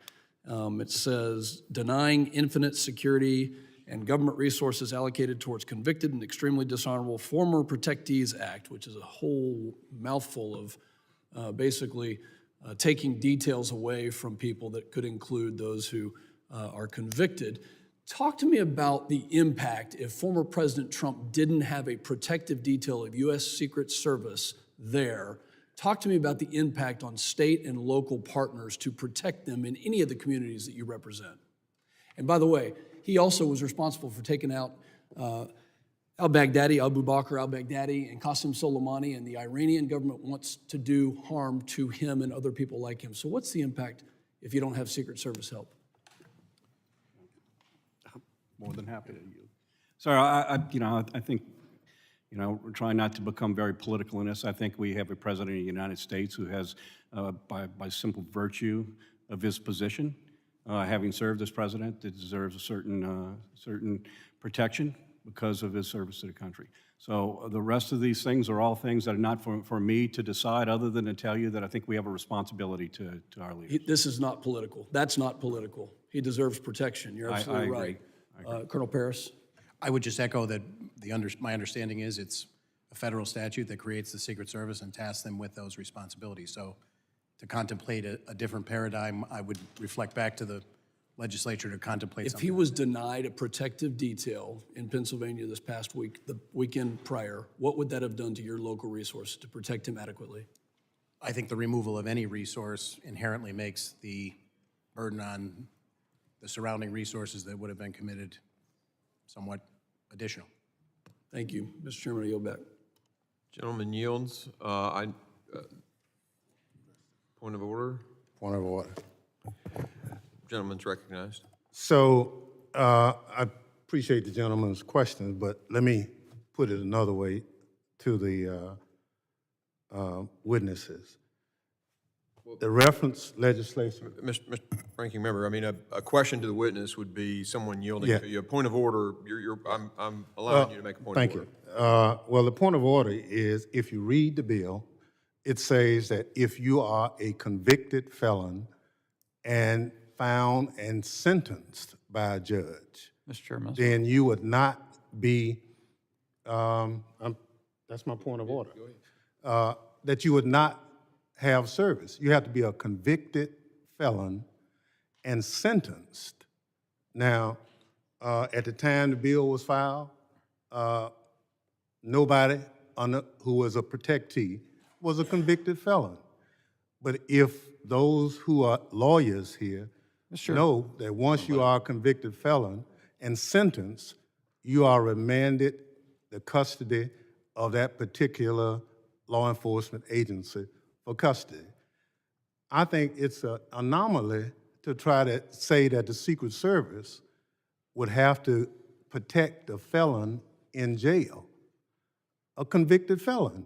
So this whole notion about my legislation, I just say to the gentleman, if you read it, it says you have to be a convicted felon and sentenced. Now, we're not there. The conjecture, you can do whatever you want. But let me be clear about the bill. Republicans have made a lot of hay about the bill, saying it's about former President Trump and would take away his security. That just is not true. The bill doesn't mention former Trump, President Trump, and it would not have affected security at this tragic event. The bill talks about any Secret Service protectee who is convicted of a felony and sentenced to serve jail time, and it does not take away security. The bill makes clear that when a protectee is sentenced and remanded to the custody of prison officials, the Secret Service is able to hand off the prisoner in an orderly fashion, and that Secret Service agents aren't forced to become correctional officers too. That's the legislation. That's all it says. For the record, we can go back to. The gentleman will need to get to his point of order. And, Well, point of so we can order move on. is, the line of question is inconsistent with the legislation. And it does not say on that day, former President Trump would have been without Secret Service protection. He is not sentenced. If he's not sentenced, he will still have the protection. Plain and simple. So you yield on your point of order, Mr. Ranking Member? You did, okay. I want to make a point of order then as well. And, you know, a lot of times we hear from both sides of the aisle about rhetoric and how rhetoric and the things we do in messaging bills that we do shapes discussion, impacts people. And first, my point of order is prison isn't necessarily a safer place. You can ask Mr. Epstein's family about that. And so to suggest that somehow you'd have the security necessary in a prison, I think is just not an accurate statement. In terms of, you know, I agree with the ranking member that his bill did say that that it would not apply in this particular case, but, you know, it's more about what we're doing and what we're saying at certain times that generates the attitude in our society. And so I just make that point of order about this particular legislation. I made in my opening remarks a request that he would draw the bill. But, Mr. You just have a second. I just want to just make a quick comment. I think the chairman was clear that this bill was filed well in advance. So to connect, you mentioned timing. It's important to mention timing, that it wasn't. Well, we don't want to debate the bill. We're here to hear from witnesses that are here. So I'm going to go ahead and end this now, and we're going to move on. And I think, actually, Mr. Ivey is up for 5 minutes. Thank you, Mr. Chairman. And I want to associate myself with the remarks of our members here with respect to the loss of Ms. Jackson Lee. It's with deep sadness that I feel her loss. I share not only this committee with her, but on the Judiciary Committee as well. And she was insightful and inspirational in the way she handled herself and her role here in Congress. I also want to join with the comments about sympathies to the comparator family and the individuals who were injured on the day of the shooting. And I want to thank the chair for taking us up to Butler yesterday. My only regret about it was that it was too quick. And I think that, and I didn't know it was going to be like that, frankly, until after we got there and had a chance to talk to people in the community. But when we got there, they were very anxious to talk to us. In particular, I had conversations with Angela Flieger, supervisor for, and I hope I don't butcher this too bad, Connequenessing Township, who was extremely helpful, and Sam Zerzolo, who is a commissioner from Butler Township. And they were able to provide information on several fronts that I think we need to pay attention to, not just for this particular event, but going forward. Could you hit a video for me there? I think Ms. Flieger tried to produce this and sent it to me. The red building is the one that was directly behind the stage. The building in the center there was where the shooter was. The reason I'm asking for this to be shown is that as you get past the middle of it, and look to the opposite side of the field from where the shots came. Oh, you can stop it now. I counted about 12 rooftops there, just sort of standing at the front. I'm a former federal prosecutor. I don't have a background in protection, but my thought was, why would we pick a spot where you had that many rooftops that were available? And my colleague, Mr. Crane, definitely defer to your experience as a sniper in the military, and your point about picking the water tower as a higher point would have been a good one, I think, to consider. And I'm curious about finding out what the Secret Service would say about that. But I just thought that this was a bad site to pick no matter where you put them. There was just too many openings. The field was totally open.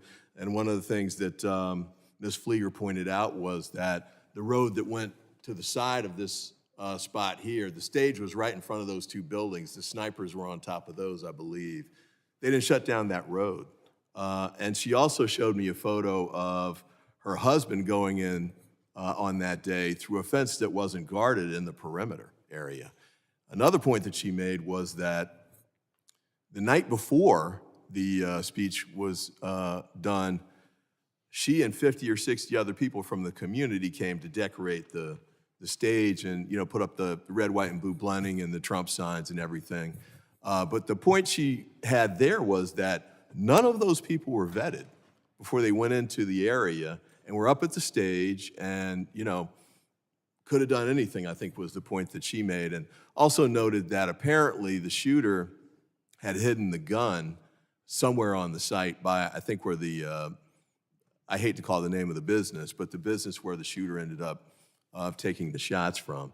So I think there's a variety of concerns here that I look forward to getting a chance to hear from these individuals. I don't know if it's going to be in the context of this committee or the oversight committee or the task force that's been proposed. Whoever does it needs to go talk to these folks, because the ones that I talked with had not been interviewed by the FBI, Secret Service, or local police. And they have key information that I think we should have. especially in making decisions about going forward. And then just a couple quick points before my time runs out. I think it came up with respect to the communications piece. I appreciate Mr. Yoes' comments there, but we need to figure out not just what happened on that day, but when we do these at other sites across the country going forward, what's going to happen with the communications? And if they're not using the national bandwidth that was set up, how can we make sure that that happens in the future? And then with respect to the local police not reinventing the wheel every time, one of them suggested, maybe some kind of clearinghouse or information where local police departments, local elected officials, who, for example, in this instance, didn't find out the president was coming until a few days before, and therefore had to scramble to catch up. I believe she called your office, Congressman Kelly, to figure out what was going on, and you hadn't even been told about it yet. So we need to get to a point where we've got better communication, that we're giving elected officials and law enforcement at the local and state level more lead time and more information so they can prepare for these events.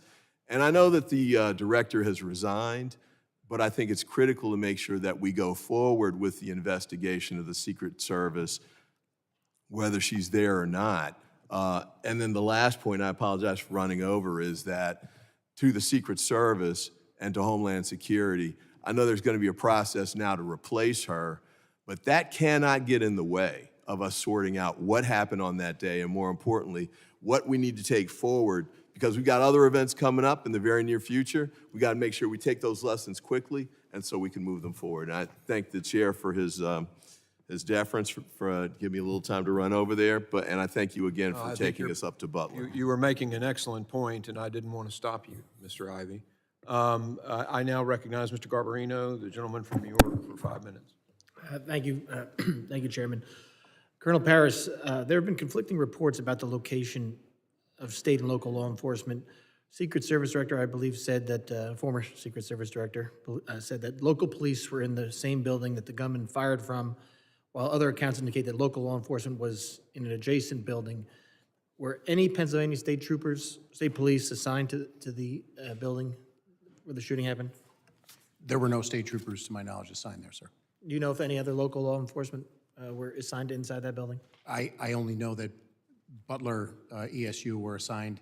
When you say that building, I'm referring to there's a series of buildings there that have covered walkways or second-story walkways that allow you to, almost like a pole barn type configuration, a modular type building. But to my knowledge, there were no troopers assigned to that location, sir. Thank you. Mr. Yoes, as technology has evolved, drones have become widely available to both law enforcement and the general public. For a large event with this level of security, would you normally expect law enforcement to use drones for surveillance and deploy counter-drone technology? I'm sorry, I didn't hear the last part. Would you normally expect law enforcement to use drones for surveillance and deploy counter-drone technology? Well, obviously, as I mentioned earlier, in my experience at this location is there are a number of elevated locations that should have been secured. There are a lot of ways to secure that. They could be with individuals assigned to it, but certainly in Overwatch, to be able to get a good visual of those locations is paramount. So it's been reported that the Secret Service apparently did not use drones for surveillance, but the shooter was able to fly his own drone over the area earlier on the day of the rally and get aerial footage of the site. Do you know if that's true? I have no direct knowledge. Were you, okay, so, and do you know if whether or not local, state, Secret Service enforcement was aware of any drone use? I've heard the news reports, but I have no direct knowledge. Would you consider this a major security breach? Absolutely. Now, it's also been reported, Colonel Paris, that the local law enforcement spotted the shooter outside the AGR building and on its roof minutes prior to the shooting. Did local police alert the Secret Service that the gunman was on or around the AGR building roof? Do you know? So this goes to my earlier qualifier about the timeline, but my understanding of the sequence of events is that he was determined to be suspicious as a result of behavior that he was exhibiting, milling around that area in front of the AGR building. There was a text thread that was going, I've been briefed, between the ESU members. They identified, they took a photo of him At some point when he utilized the rangefinder, the suspicion was heightened. So I know at a certain point in the command post, a member of PSP received a phone call and a text message from members of ESU, and I know from an interview that that was immediately relayed in the command post to the Secret Service. And what happened? Yeah. So that was my next question. So what happened? What actions were taken after it was relayed to Secret So Service? when the PSP member received that information and verbally turned right around, gave it to the Secret Service, our member was provided with a number to which the picture that had been taken by the Butler ESU members, or that was on that group thread, to which that should be sent. Our member did that, and our understanding was that was some element of the Secret Service. So this was all reported, yeah, this was all reported to Secret Service, and they gave him, Secret Service then sent him back, one of your officers, a number back to send the information back to? Is that what you just said? That's my understanding. When did that happen? Again, the actual timeline, I'm very remiss because I know these timelines need to be hammered out exactly to the minute, but I would say, that the overall timeline is about an hour before is when he became suspicious to ESU. What I want to say is, if we know that former President Trump was shot at 11 hours, it was probably in the vicinity of 25 to 30 minutes, but I want to make sure that's a very... So it was before he went on to speak? But at that point, just to be clear, he was determined to be suspicious. There was no information that he possessed a weapon. He was outside of that building where the ESU was posted. They were being vigilant. It's, I think, relevant that there were other people at the venue who were suspicious and reported likewise in a close temporal nexus to that as well. But just to confirm, the Secret Service had this information that there was a suspicious individual. He had used a rangefinder, which made him even more suspicious. And this was all reported to them prior to the President Trump being allowed on the stage to speak? I believe, again, I'll defer to when the president came out. I know that that was probably 20 to 25 minutes before 11 hours. And steps were taken by the municipal officers over in that area to they were actively looking for crooks. You saw the building yesterday. That's a pretty wide footprint. They began looking for him. There were scores of people making their way across that facility. Again, just for some context, there were over 100 people that day that necessitated or were in requiring medical attention due to the heat. There was a missing 6-year-old.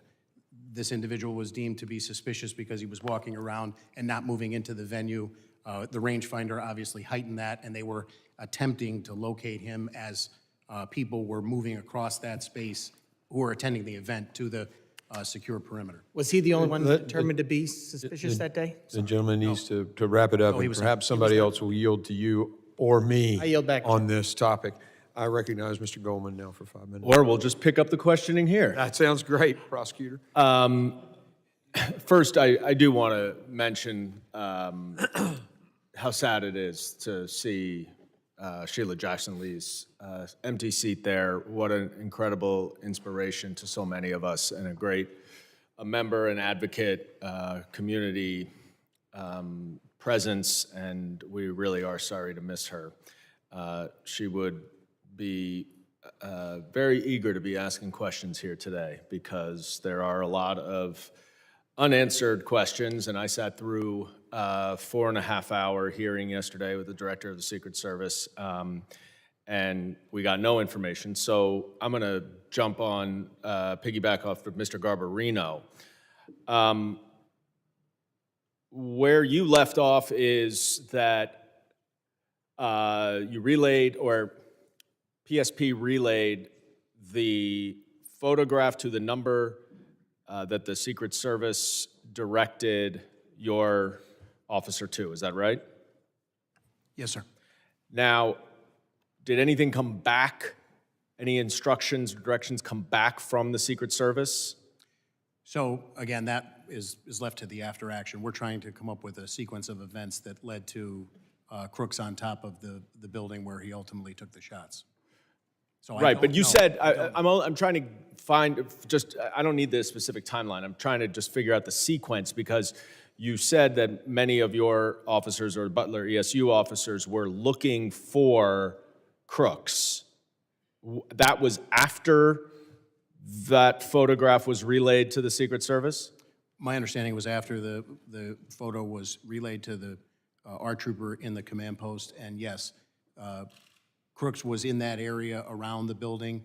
My understanding is 2 additional municipal officers who were on a different post responded to that area, and they began actively looking for Crooks.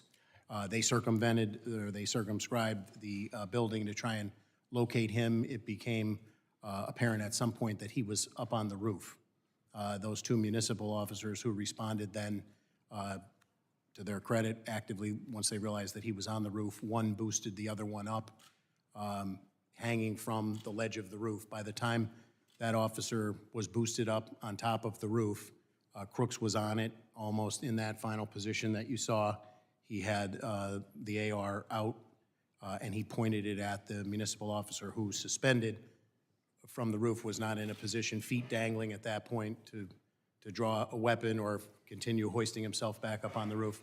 He drops back down from the roof, and at this point, I believe that's when the video that's been widely circulated with people filming Crooks up on the roof, saying there's somebody up on the roof. There were other law enforcement around the building running, but their vantage point on the ground did not lend a clear line of sight to where Crooks was at the top of that building.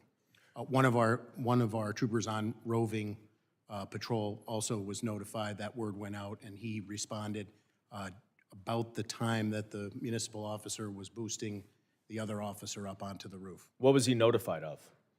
I don't know specifically. That's going to be part of the after action. But we obviously knew that he was, Crooks was suspicious. He had not gone into the venue, and they were actively doing everything they could to try and locate him. So the local officers who were outside of the perimeter in charge of securing the outside perimeter area, one way or another understood or got direction that they needed to try to find Crooks, presumably to ask him questions, interview him? Is that what the protocol I want to is? be clear about, I don't want to speak for I haven't seen the Secret Service operations plan, what their responsibilities were and what their understanding of those were from the Secret Service. I don't want to comment on it. But somehow they got the message Somehow that there they was knew. information that he was suspicious. By the time that municipal officer was hoisted up onto the roof and saw him, he had the weapon out. Do you know how long it was between the time that the photograph was relayed to the Secret Service and the time when the officer was trying to hoist himself onto the roof? So that's a critical, detailed, salient question. I would answer it from the reverse time period, from if the first shots rang out at 18:11 hours.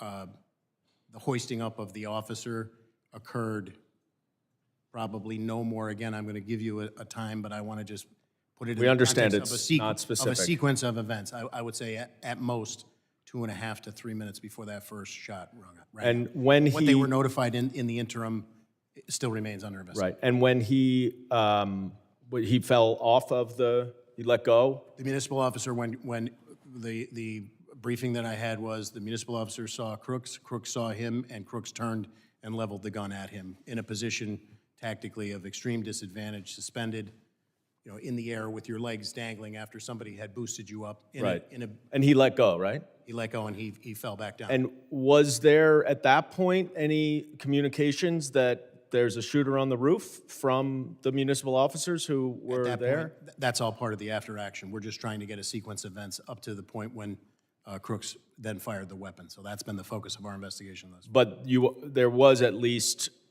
you said you thought 2.5 to 3 minutes between the time when the municipal officers tried to hoist on top of the roof, Crooks pointed the gun at them, they dropped, and then between that time and when he fired the shots.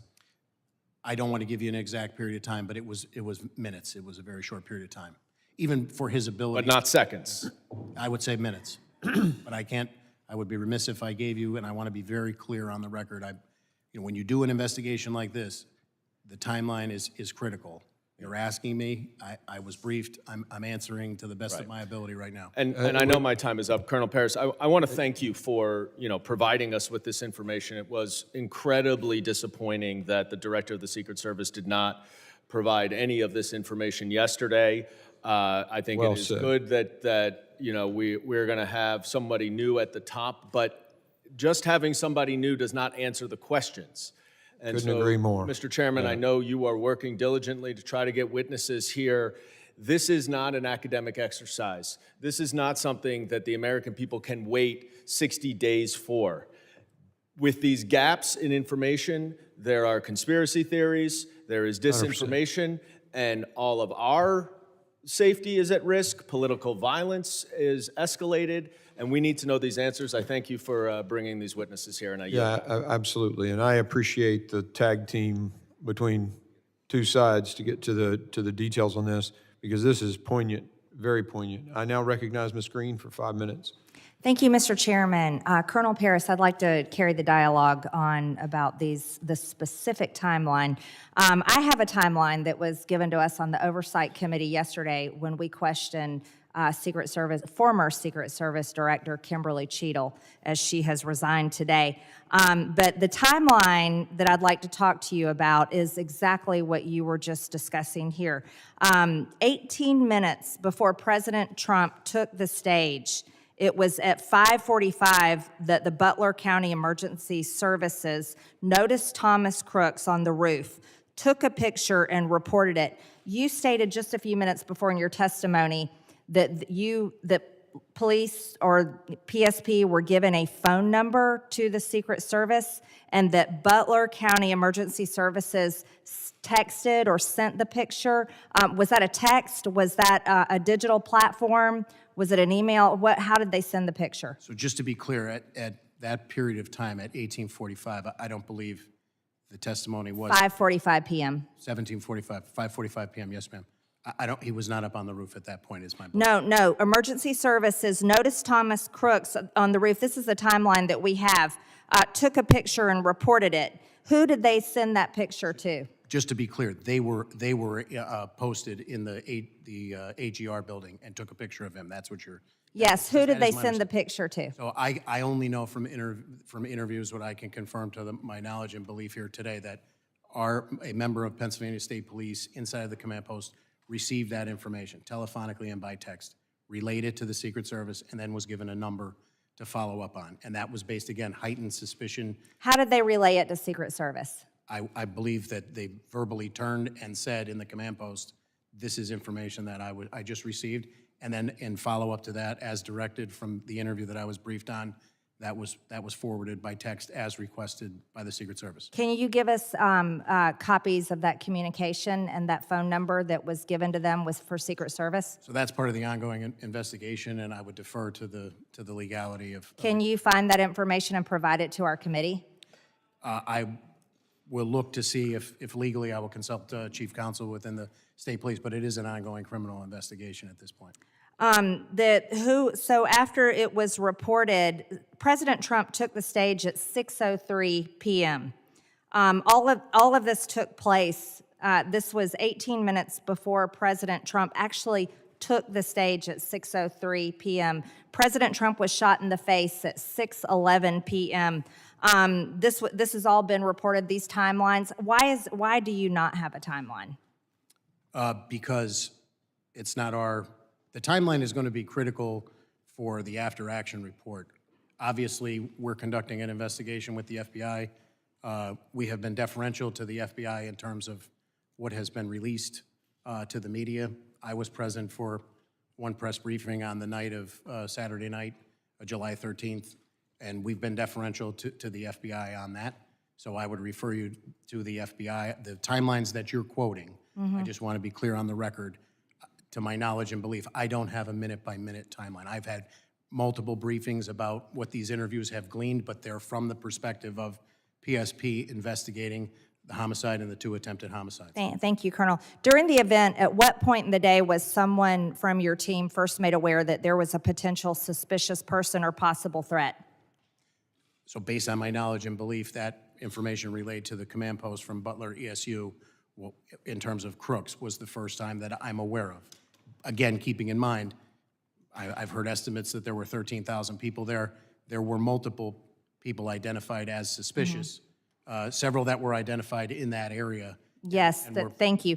Now, you stated before in your questions that you haven't seen an operation plan, but didn't your team participate, and why haven't you seen the plan? So as my answer prior on the record, I've asked for it. The state police has asked for it. We have yet to receive it. And my understanding is that our walkthrough with our commanders and our area commander was to delineate what our responsibilities were, and we endeavored to fulfill those responsibilities. Who was the Secret Service agent in charge of the advance team? I don't know the name of the agent. How was PSP supposed to communicate with Secret Service on the advance team? You mean in the planning leading up to it? So my understanding is, as is typical, we're notified. We were notified by email on July 5th. The meeting on July 8th, Monday, was to get all of those partners together to exchange information, how they could communicate with one another, and then the planning took place from there.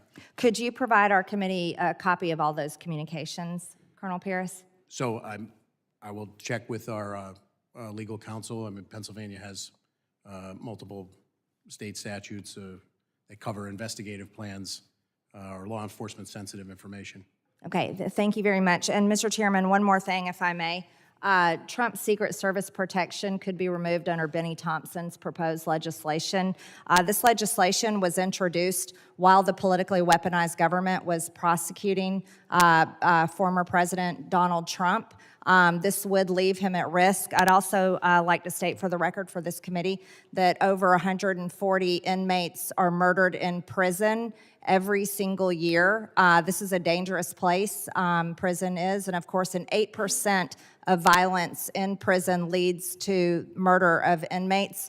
This legislation is reckless, and the minority ranking member needs to withdraw this legislation that would lead to the murder of President Trump. Gentlelady's time has expired. I now recognize, well, we're not going to debate. Just you think that statement should be made when the ranking member is here so he can at least address it? Thank you. He made his point earlier about his bill. There's a difference of opinion, I suppose. But we're just, y'all are out. Okay. I now recognize Mr. LaLota for 5 minutes question. Thank you, Chairman. 10 days ago. Thank you, Mr. Goldman. 10 days ago, a 20-year-old with no military or law enforcement training, with no more than about $1,000 worth of equipment, and apparently working alone, thwarted the United States Secret Service, an agency with a $3 billion budget and about 8,000 personnel. In the early phases of this investigation, the Secret Service, it is clear the Secret Service exhibited poor tactics, including substandard two-way communications with state and local PD. They displayed a lack of strategy, including not employing drones to surveil the risks to President Trump and the crowd. And since July 13th, the Department of Homeland Security and the Secret Service, evidenced by them not being here today, has avoided accountability by, among other things, avoiding hearings like this. The attempted assassination of former President Trump, the leading candidate for president in 2024, shocked the conscience of nearly every American, regardless of party affiliation. We, the members of the Homeland Security Committee from both sides of the aisle, are here today to ask questions and about those who are in charge that day, to hold the Secret Service accountable, but more importantly, to ensure this never happens again. Chairman, thank you for hosting this hearing. Colonel Paris, you're the Commissioner of the Pennsylvania State Police Department? Yes, sir, I am. And your testimony, sir, is that approximately 25 minutes, and won't hold you to the exacts, but approximately 25 minutes before the first shots were fired, that local law enforcement officers identified Crooks as suspicious? As suspicious, yes, sir. And what was it that led those officers to conclude that Crooks was suspicious? My understanding was that he was milling about and he stood out to them because he never made his way to a point of ingress to the venue. In defense of possible hypotheses, could have been waiting for somebody, could have been delayed, but he stood out to them and they, from their vantage point at the AGR building, identified him as suspicious. That was 62 minutes prior, as I understand the timeline. That first one, it was 25 minutes prior for the rangefinder. Thank you, Chairman. And Commissioner, with respect to him being suspicious, were there other folks who were also in the crowd identified as suspicious by law enforcement? I have been briefed that, yes, there were multiple individuals, which would be consistent with normal operations for a detail like this that are identified as suspicious. Can we take that as a single-digit number of other folks? The number that I was briefed on was single-digit, but I can't say definitively that I was. What number were you briefed on, Colonel? Excuse me? What number were you briefed on? I believe I was briefed on an additional 3 individuals. Okay, so Crooks plus 3. My understanding is you had about 30 Pennsylvania State police officers at the time of the rally? That were assigned to the detail, both responsibilities of the detail, yes, sir. And were all of them assigned to your area of the perimeter, not the interior where the Secret Service held the most jurisdiction? I'm confused by your question, sir. My understanding, and what the committee has been told, is there were 2 layers of defense of President Trump. 1, the interior, which the Secret Service held the most domain over, and 2, the exterior perimeter, which had ceded a lot of authorities to state and local. Is that your understanding as well, Colonel? So I don't want to get convoluted with different perimeters. I'm familiar that there was a VIP seating area up front. When I refer to the secure perimeter, I'm talking about the fencing that goes around the Butler County Farm Show. All of our people were detailed at various locations, decided by the Secret Service, inside of that. Thanks. That leads me to the next question. If staff can cue up the Eli Crane video at about second number 1 or 2. This is the AGR building. I and several of my colleagues were there yesterday in Butler. Kudos to Mr. Crane for getting this good video. My understanding from your prior testimony is there were 2 officers stationed or assigned, I think was your testimony, to this building? I'm aware of 2, but I don't want to say, again, not having seen the Secret Service. And they were assigned, sir? My understanding is that the Secret Service and Butler ESU had some sort of collaboration, and that was to be covered. What was their assignment in the building, sir? I cannot comment. I'd be remiss not. Were they assigned to be in the building? I can't comment. What were the qualifications of the people assigned to or around the building? ESU guys, SWAT guys, long guns, good tactics? They would be, as the name implies, but I defer to their exact training. I'm not aware of it specifically. But your understanding is through the duration of the incident, to at least the first shots fired, they were entirely within the building, not on the building, sir? I don't 100% want to say where they were the entire period. But you don't have an understanding as to whether they were assigned to be in the building or on top of it? I don't. I would need to see the Secret Service operations plan. And would that have been left to the discretion of state and local, or would that have been left to the discretion of the Secret Service? It sounds like you're saying that would have been left to the discretion of the Secret Service. I would say it's the Secret Service as the lead agency, just like they told us. Here's the post we want you to staff. This is the motorcade we want. I would defer to the Secret Service. Thanks, Colonel. When in Butler yesterday, we asked the question, why weren't the 2 well-qualified ESU officers on top of the building rather than in it? And what would you say if we were told the explanation is, well, it was a hot day in Butler and there was air conditioning inside the building and not on the building? What would be your reaction to that assertion, Colonel? I can't respond to it. I have no firsthand knowledge about it. Was it a hot day in Butler that day? I believe it was a warm day, yes, sir. But you have no knowledge of whether or not the Secret Service or anybody else assigned these 2 officers to be in the building and not on it? No, sir. I yield, Mr. Chairman. Gentleman yields, and we're going to go out of order because Mr. Luttrell has to get to his committee, so you're recognized for 5 minutes. Thank you, Mr. Chairman. Can you pull the video back up, please? Just for clarification, that is the exact point where the shooter was positioned, correct? Looking through that window in proximity to, if you give a rangefinder, if you were to expose yourself outside that window, is that the shooter's position? No? In relation to that video, where is the shooter's position at? Just further on the left side. And Mr. Paris, can you clarify something? There were ESU agents internal to the building or in proximity to the building in that location, correct? I don't know to that specific location, but they were assigned to the AGR building. And once the call went out that you had a bad actor in, the agents in the building left their position to try to find that individual? My understanding is he was on the ground moving around the perimeter, and they moved to actively aid in the search along with additional municipal officers who were. Does it make sense that ESU agents would be positioned inside the windows so they'd have a better vantage point out into where the X is or where the asset is located? Could you ask that question again, It Congressman? makes sense to me that the ESU agents would be positioned in these windows, the windows that they're talking about in this building, so they could have better eyes on the asset, the president, instead of internal in the building milling about. Is that a fair assessment? I'm remiss because I don't know what the conversation was and what the responsibilities delineated. I think my concern is if we did have agents, let's just speak hypothetically here, if agents were positioned in these windows in order to provide protection for the asset, and then they were released, and I'm assuming they work in pairs, correct? There's only 2 of them, or is there 4 of them in the building? Do we know the answer? From my briefings, there were 2. There were 2. But to me, it would make sense that one would stay behind in order to cover the X, or cover the asset, and then one would engage in activity to find the actor that they were trying to identify, correct? I think my concern is the individuals may, and I hate to say this out loud, but if we didn't do due justice and we left that asset exposed because both ESU agents went to look for a bad actor, we just gave the shooter a bowling alley. I don't know what their responsibilities and their rules of engagement were, not having seen the Secret Service operations plan. And I'm reluctant to speculate at this point, 10 days out, sir.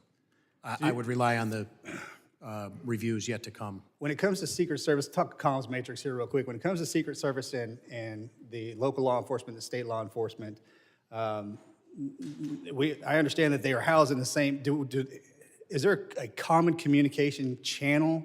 And if so, does each agent and each officer that's working the event have, and I'm going to use old terminology, do they have an avalanche call? Do they have a no joy? When they see something that raises the red flag, can any officer radio in, go, no go? We are not, hold the asset in place. We have somebody that we're looking for. And if they do or if they don't, how many people does that have to go through to get to the right actor in order to say stop? I don't know. Okay, we need to figure that out. Because if I'm an ESU agent in this window and I have to radio a person who has to radio somebody who has to radio somebody else to get to the main person, then to call it, the dishes are done. I'm aware of 3 radio systems in operation, PSPs, the Secret Service, and Butler counties. All communicating on different channels.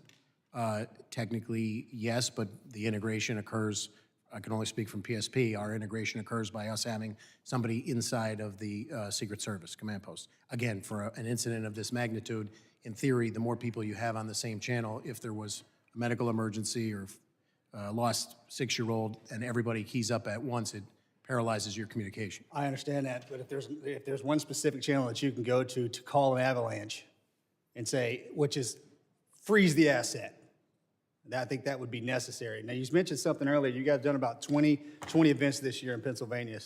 And you spoke, it's common. Now, the military folks in this room are going to understand it's the first month of deployment and the last month of deployment are the most dangerous times to be in combat.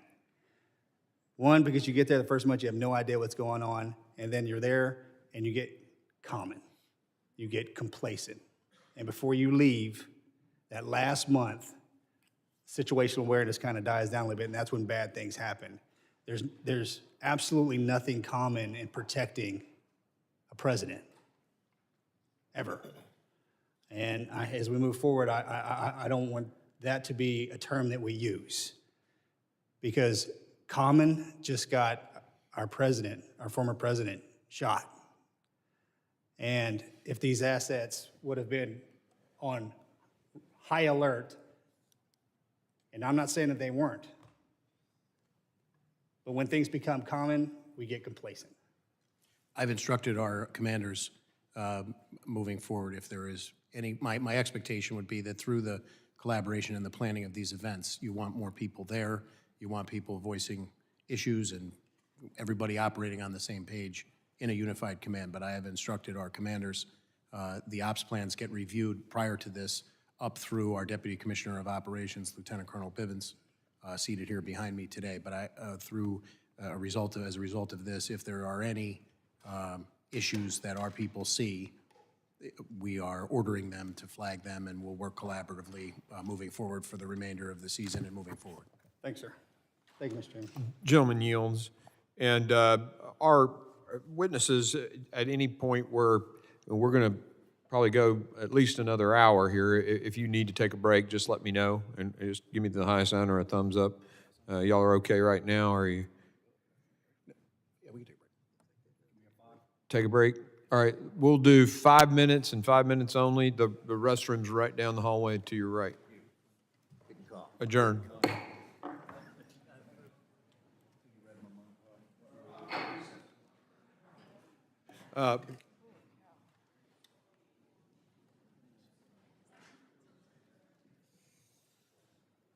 Thank you. I was just having the same thought.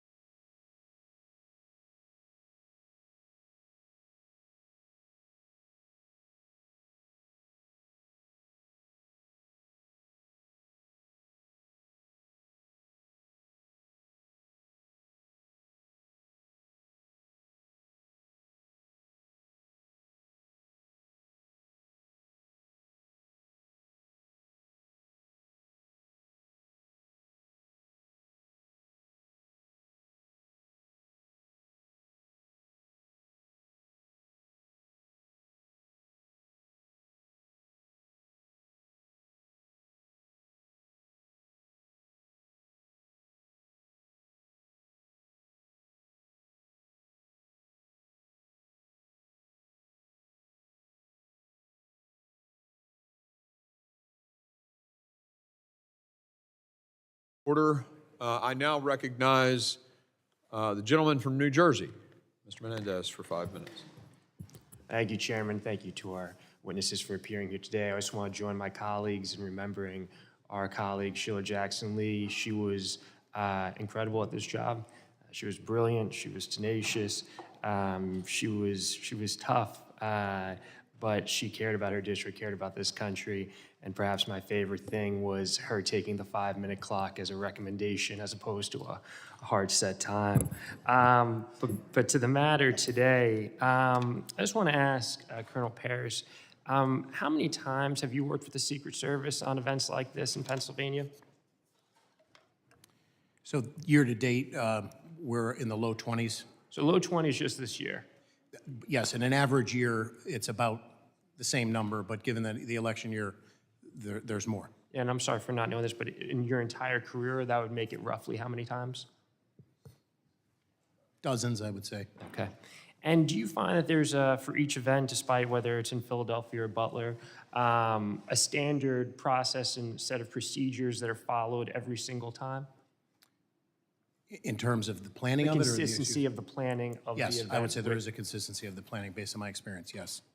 Not much variation. There is a set plan that the Secret Service administers with its state, county, and local partners. That's been my experience, yes, sir. Was there any change or deviation? Not to my knowledge. Okay. I benefit from so many of my colleagues on this committee who served in law enforcement, served in our military. I did not. I want to ask you a question. From the time that a law enforcement officer was hoisted up, was identified by the shooter turns his rifle on him, how long between that encounter and the first shot? So I'm glad you asked me that question, Congressman. I'd like to clarify. So it was a matter of seconds. Okay. Because I think earlier it might have been minutes. Correct, and I appreciate you asking that question and allowing me to clarify it on the record. When I assigned that number, which again, I don't want to get locked into a timeline of 3 minutes before, that's probably a total amount of time that he was on the roof.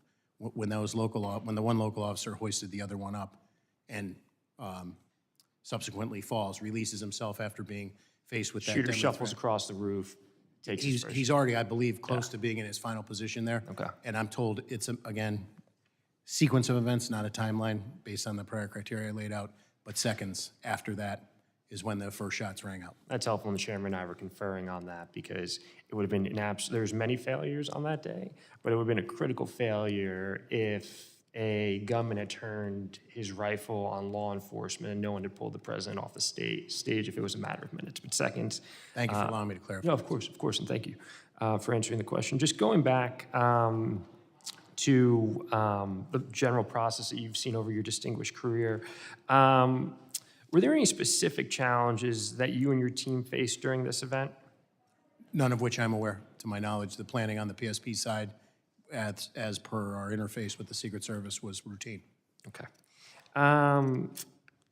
And you mentioned earlier that in your experience and the standard protocol, a Secret Service engages with its state, county, and local partners. They have a plan. They work with their partners to implement the plan in the lead up to the event and the day of the event.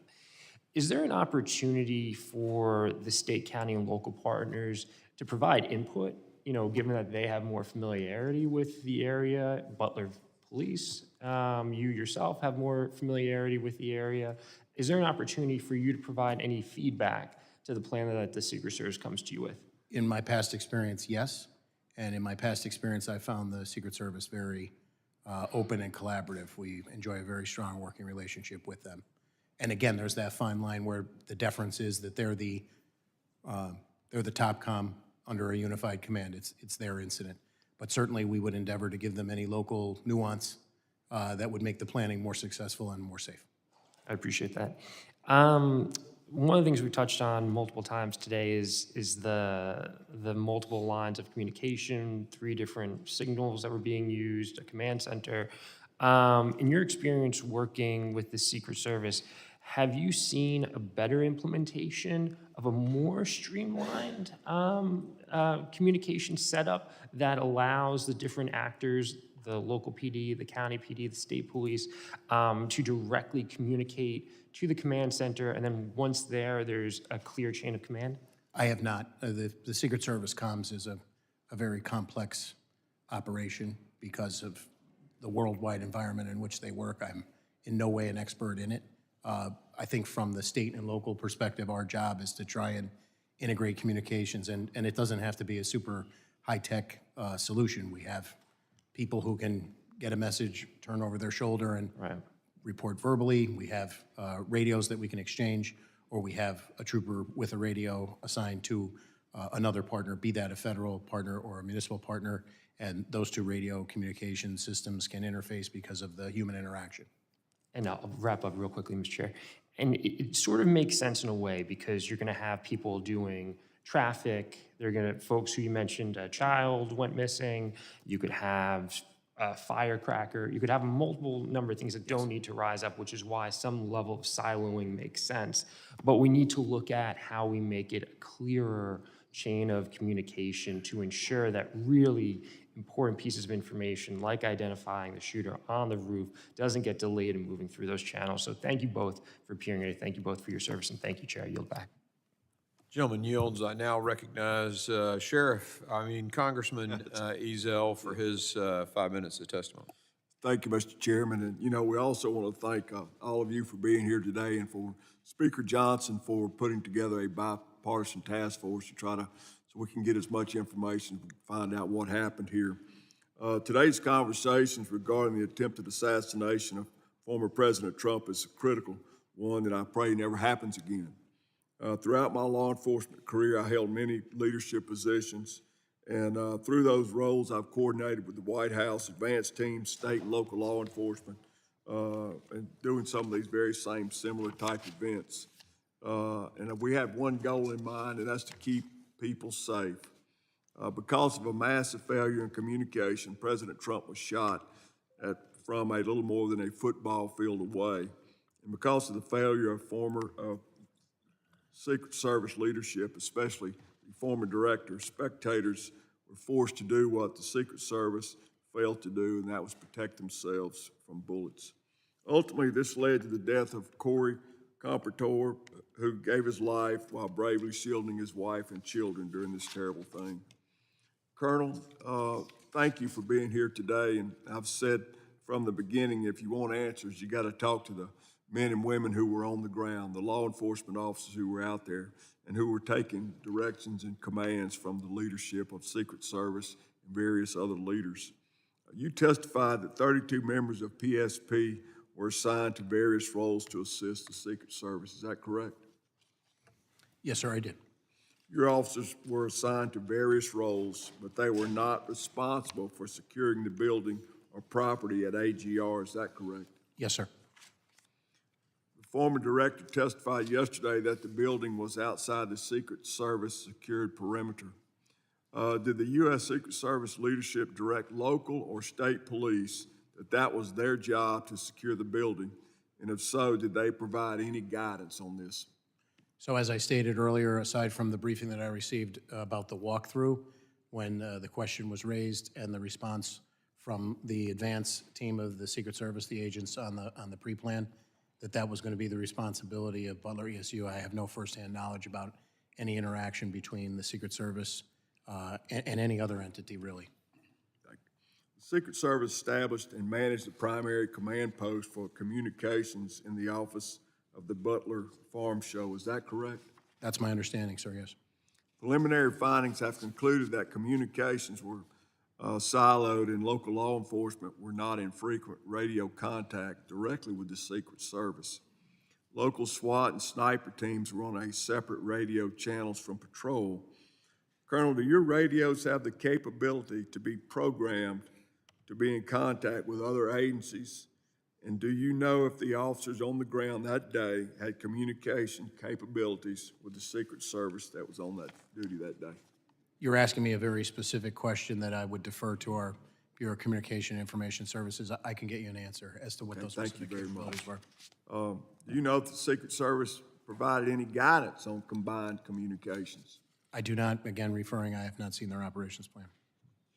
At 5:45 p.m., a local law enforcement sniper observed the suspect with a rangefinder and reported the suspect to command and the U.S. Secret Service. Colonel, how would you have responded to that information? So again, I certainly wouldn't articulate that at that point, a rangefinder, which could have legal and legitimate use, that is a threat, but it's certainly a highly suspicious activity that should be addressed. Exactly. Mr. Woes, you testified clear and constant communication is crucial to ensure the security of the protectee, and that local law enforcement should be part of the command post to facilitate real-time information sharing and rapid response to emerging situations. As we all know, separate communications are necessary and effective during a large-scale event like this. There's no way everybody can be on the same channel. You talk over each other, you won't ever get anything done. But there must be some clear understandings through communications at the beginning so that split-second decisions can be made so there won't be a lapse in time and these terrible things happen. Would you like to just say a few words about that? Sir, there's no doubt when you look at how many people are involved in an operation like this, having everyone on one channel is difficult. But there are people within contained areas, and their ability to be able to communicate as things change across platforms is crucial. In this case, we know that in seconds things unfolded, and in seconds, getting meaningful communication out to people who might be able to act on that communication is vital. So I think there's avenues here. I agree that not everyone should be on the same channel, but there are certain people within certain areas and perimeters that should be having communication or the ability to communicate a little more freer. Thank you. Thank you, Mr. Chairman. I yield back. Gentleman yields. I now recognize Mr. D'Esposito, representing the New York law enforcement community as well, for 5 minutes of testimony. Thank you, Mr. Chairman, and good afternoon. Thank you both for your service. On July 13th, we witnessed the Secret Service fail to secure a Pennsylvania field and keep the former president of the United States of America and the Americans that were gathered there safe. While President Trump thankfully survived this horrific attack, Corey Compatore, a volunteer fire chief, a father, and a husband died while shielding his family from the assassin's bullets. Two others, David Dutch and James Copenhaver, were both struck by bullets and are still recovering. The Secret Service failed. Quite frankly, they failed miserably. And Colonel Paris, Mr. Yoes, Mr. Ezel, myself, we could probably combine our law enforcement experience and have no question that there was failures that day. We could probably ask someone who just graduated from a police academy or a veteran with 40 years on the job, and they would agree. So my first question is to Colonel Paris. I know that you mentioned over the last year you've had close to 20 interactions with the Secret Service and visits. During his presidency, Pennsylvania has been the second most visited state by President Biden. If you could go over again, what is your coordination with the Secret Service? What does it normally look like ahead of a visit from the President of the United States? So I would say the basic timeline is the same. We are notified at some point that there's going to be a visit of a protectee or the president and everybody in between. The venue is ultimately secured, the logistics, and then there's planning at the request of the Secret Service, and our default position is to attempt to partner and give them all the support that we can. Okay. Now, I know that Mr. Menendez had similar questions, but I just want to reiterate because I think it's critically important. Of the dozens of times that you've dealt with visits from the President of the United States, and I'm sure you've thought about this dozens and dozens of times at this point, and read through emails and thought about different incidents, compared to the incident on July 13th, was there anything different from the way that this was handled? Not to my knowledge, sir. Okay. So at approximately 5:51 p.m., Pennsylvania State Police notified the Secret Service of a subject with a rangefinder. That was 20 minutes before the gunman shot President Trump and 2 others. This is for either one of you. What should have happened next? So ideally, I would say that Mr. Crooks could have been encountered and intercepted. That would have been the ideal. Mr. Yoes? Well, I have no direct knowledge. I want to make that clear, but I think also you need to assess the threat and determine whether there's a need to withhold the asset from the stage. So I think we all know what should have happened, right? 20 minutes passed. There was someone who eventually took a shot at a former president of the United States and killed 2 innocent Americans. So we know what did happen. We know what should have happened.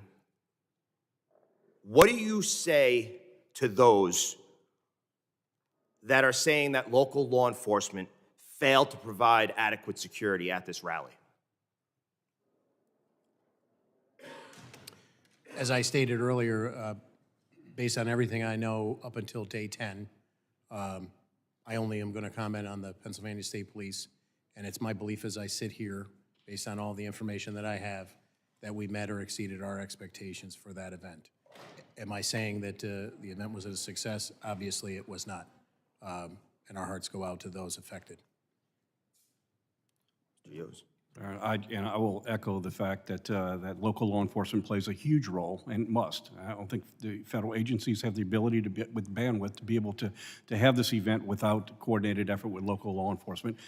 To my knowledge, local law enforcement did what their responsibilities and directions were. And Mr. Yoes, we've corresponded about this prior, but I just want to, in the last 20 seconds I have, the United States Secret Service established and managed the primary command post.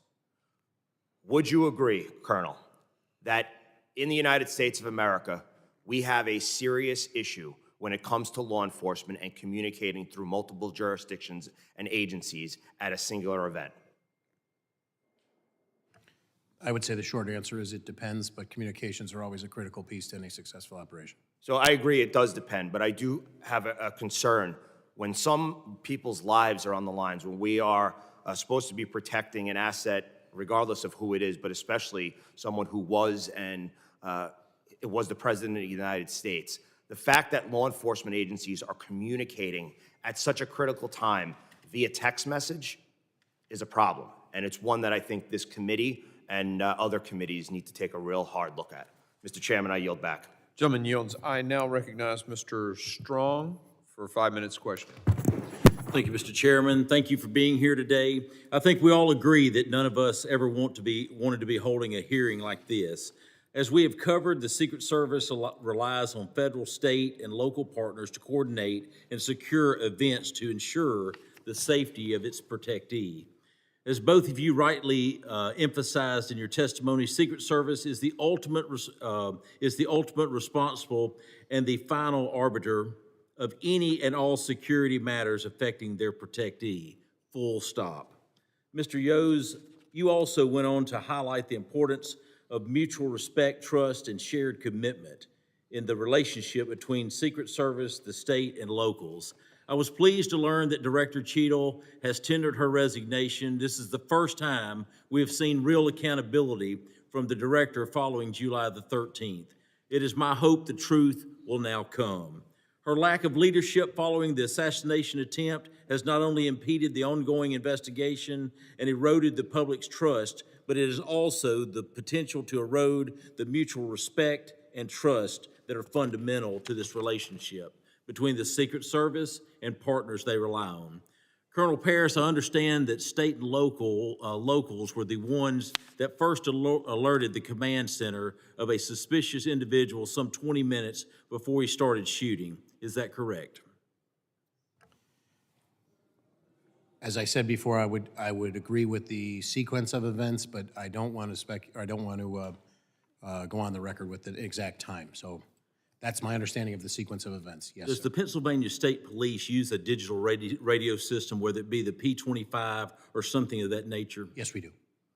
and it has unbelievable technology. I know we've utilized it throughout the state of Alabama, 40 years and as a first responder, to go from UHF, VHF to a digital system changes the ball game. Does the Secret Service also use a digital radio system? I would have to get you information on that. I don't know, sir. Okay, so the communication between the agencies, you start looking at it, the communication with a digital radio system, you can change frequencies, you can make a mutual frequency. Every radio you can have hundreds of different frequencies, but as far as you're not sure if they have a digital radio system or if they're using another conventional UHF or VHF frequency or something of that nature. In answer to the first part, I'm not an expert on radios. I can't render an opinion on what their system is, but the only answer I would provide is my understanding is there are certain encrypted capabilities that the Secret Service has to maintain that may provide difficulty in what would otherwise be if we had a regular incident and we were able to set up a patch to communicate across agencies. Thank you. Colonel Paris, as you just shared, after state and locals identified the shooter as suspicious, they relayed that information to Secret Service and were given a number to send their concerns to. Is this standard operating procedures to be left a phone number to give your information to rather than direct communications through radio? I don't want to say that it's standard operating procedure, but if it was a system that, or a measure that worked to push that information to the people who needed it in the most expeditious means, I wouldn't be averse to going away from standard protocols. You said that you had done this type of event with other presidents or in your state. In past history, is this how it usually was done? I can't say that I have had a personal experience about, I've obviously been present when there were suspicious people that came out over the radio and law enforcement was seeking them, but I can't say that I have a frame of reference exactly on point here, sir. Did the Secret Service provide rules of engagement for state and locals? Did y'all have to authorize a green light for fire, or do you go by your day-to-day activity where We would go by the policy and regulations and state law that cover the Pennsylvania State Police. Another thing that stood out to me with a background in emergency medical services is when the president was brought off, you saw his SUV move about 20 feet, and then it sat there. We watched as a lady in a skirt walked in front of the SUV. We watched as other law enforcement, people, spectators, whatever. Did you notice that seemed to be a long time for the president to be sitting for someone that had taken a bullet? Did you think that was a long time? I would completely defer to the Secret Service. Thank you. Mr. Chairman, I yield back. Gentleman yields. I now recognize Mr. Crane for 5 minutes of questioning. Thank you, Mr. Chairman. I'd like the staff to go ahead and play the video that I took at the site yesterday. All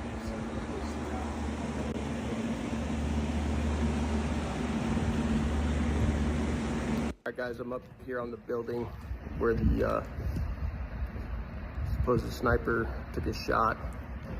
It's not that steep at all. We just had a 70-year-old man back here climb up on the roof easily. See that water tower behind me? Had Secret Service or anybody had sniper teams up there, this guy wouldn't have made it 5 feet up this roof. He would have been taken out. Behind me, you see the windows that Secret Service was supposedly in the second floor of this building behind. Makes you wonder why they weren't able to quickly dispatch the individual. And then behind me, back over here where those red roofs are, that's where the— Can you guys cut it right there, please? The president was giving his speech from. A lot of questions here in Butler. Cut it. Thank you. All right, Colonel Paris, did you notice when you showed up on site what the tallest structure on the site was? I can't say at the moment that I arrived that I did, no, sir. Okay. Now that you've had a chance to go back and look over it, what is the tallest structure on that site? The water tower, sir. Absolutely. Colonel, do you know how far the water tower was from the roof where the shooter took his shots? I do not. 160 yards, sir. Who made the decision, Colonel, not to put a counter-sniper team on the tallest structure by far on the site with 360-degree surveillance? Do you have any idea? I do not know, sir. Okay, we'd like to get that answer. Did you see the video that showed me sticking my phone out the second-story window? Did you see that? Yes, sir. Okay, exposing the coverage of the window of the entire roof. Are you aware that local law enforcement and Secret Service had full access to that building in that room?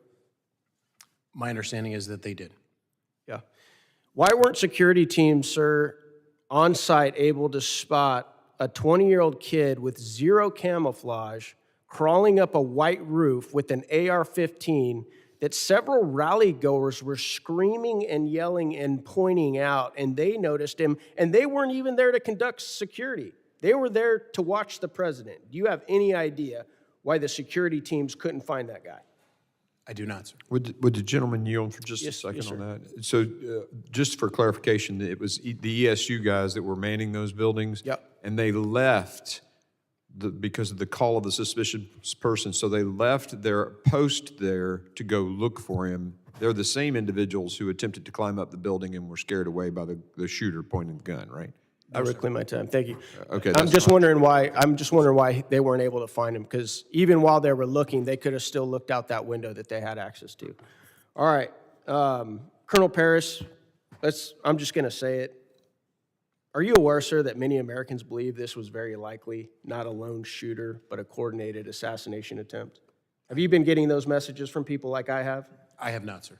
You haven't? Well, there's a lot of people in this room that have been getting the same messages. Why do you think that is? Why do you think that a lot of Americans are like, this doesn't add up, this doesn't make sense, guys? How could this many things have gone wrong, right? Like the things I pointed out, a 20-year-old kid, got 150 yards of the President of the United States with an AR-15, flew a drone to conduct site surveillance, was spotted with a rangefinder ranging targets, then lost, had advanced explosive devices on him with no military training. Nobody was placed in the most obvious spot to conduct counter-sniper operations. I was a sniper in the SEAL teams, Colonel. As soon as I got out of the SUV and I saw that water tower, I was like, that's exactly where I'd be. Put me right there. So obvious. After partisan attempts to bankrupt him, imprison him for 750 years, and countless depictions as a modern-day Hitler, are you surprised, sir, that a lot of Americans are like, maybe there's more to this story? I wouldn't begin to speculate about what the American people think, sir. Colonel, did your team make entry and conduct investigation at the suspect's home prior to this shooting? Excuse me, sir? I asked that question. Did your team make entry and conduct any investigation at the suspect's home? I believe we had people that participated in that securing of it. There were bomb assets that we provided. Mr. Chairman, can I have 30 more seconds? Yeah, I'm letting everybody kind of. Okay. On the night of. Since then, none. Did you get any reports from any of your agents of anything fishy at the home? I was briefed on. Was there any silverware found in the home or trash? I have nothing in the briefing that I was given, sir. Was it extremely clean, almost like a medical lab? Were you given any of those reports? I was not giving any of those details, sir. Okay, that's what I'm hearing. Interesting. The last thing I want to enter into the record, Mr. Chairman, this is article, opinion from, I believe, the Washington Post by Robert Kagan. A Trump dictatorship is increasingly inevitable. We should stop pretending. This article compares Trump to Caesar and attempts to justify the assassination of President Trump. And I think even though we want to dodge around it and not make this partisan, I think we all know that a lot of this has to do with the rhetoric, the very violent rhetoric that has led up to this. Thank you. I yield back. Gentleman yields, and so ordered on the entry of that into the record. I now recognize Mr. Burkeen for 5 minutes of testimony, or witness questioning. Thank you, Mr. Chairman. Alexandra, would you mind moving that just a little bit forward here so I can... Colonel Paris, can you see that, or am I obstructing your view? I believe I can see it, sir. Alexandra, would you mind? I'm sorry. Can we shift it just a little bit to your left, Alexandra? There we go. Okay. Better? Yes, sir. Okay. So this is a picture I took yesterday on the grounds, looking out of that second-story window that has the corridor that connects the AGR building, the American Glass Research Building, with where the shooter's location, and I'm going to stand up and I'm going to point to the shooter's location as we were made aware. From that X is where the shooter was shared with us. His body was found. From this viewpoint, there's some videos that make it look like he's more this direction, but from the perception, it kind of is confusing. But he was more towards that opposite side. This window, second story, it's the second window from the right side. That window has this view where they could clearly, those ESU officers that were stationed, given access by the property owner to that window, could see the shooter had they been stayed in that man position. This is there moving towards the location of President Trump with the red barns back here. His stage was right in front of that. And you can see a window here that is absolutely going to obstruct the view to be able to look to the 20 or 30 different barn structures, the cattle building, the sheep building, the hog building, the rodeo arena by the pond. The many structures, there's 50 buildings within a 500-yard radius of where President Trump was at. So many vulnerabilities. Do you see a problem with that window being in the way of someone being able from this position to be able to take care of the asset? A casement window would present a tactical concern for full field. And I understand potentially, this was air conditioning on top of this second-story building wasn't, and so maybe that was a consideration. But ultimately, Secret Service is the one who made the determination of placement or contacting or making sure the plan was in coordination with the property owner for gaining admittance from the property owner for this second-story window. Is that correct? That was Secret Service's plan. Correct. Ultimately, it's on the It's on Secret Service for that plan. All right. My question is, if it's their plan, did they not indicate that someone had to stay manned in that location? Because we're being told that when the two officers, local PD, were trying to lift themselves on the opposite side to get a look at the gentleman, and he turns his gun and then they dropped off the building, this would have been a perfect opportunity. Someone would be on the radio. They could have taken him out from this location. Did the Secret Service plan not include directives from staying in those positions? I don't know, sir. You don't know. All right, here's another question.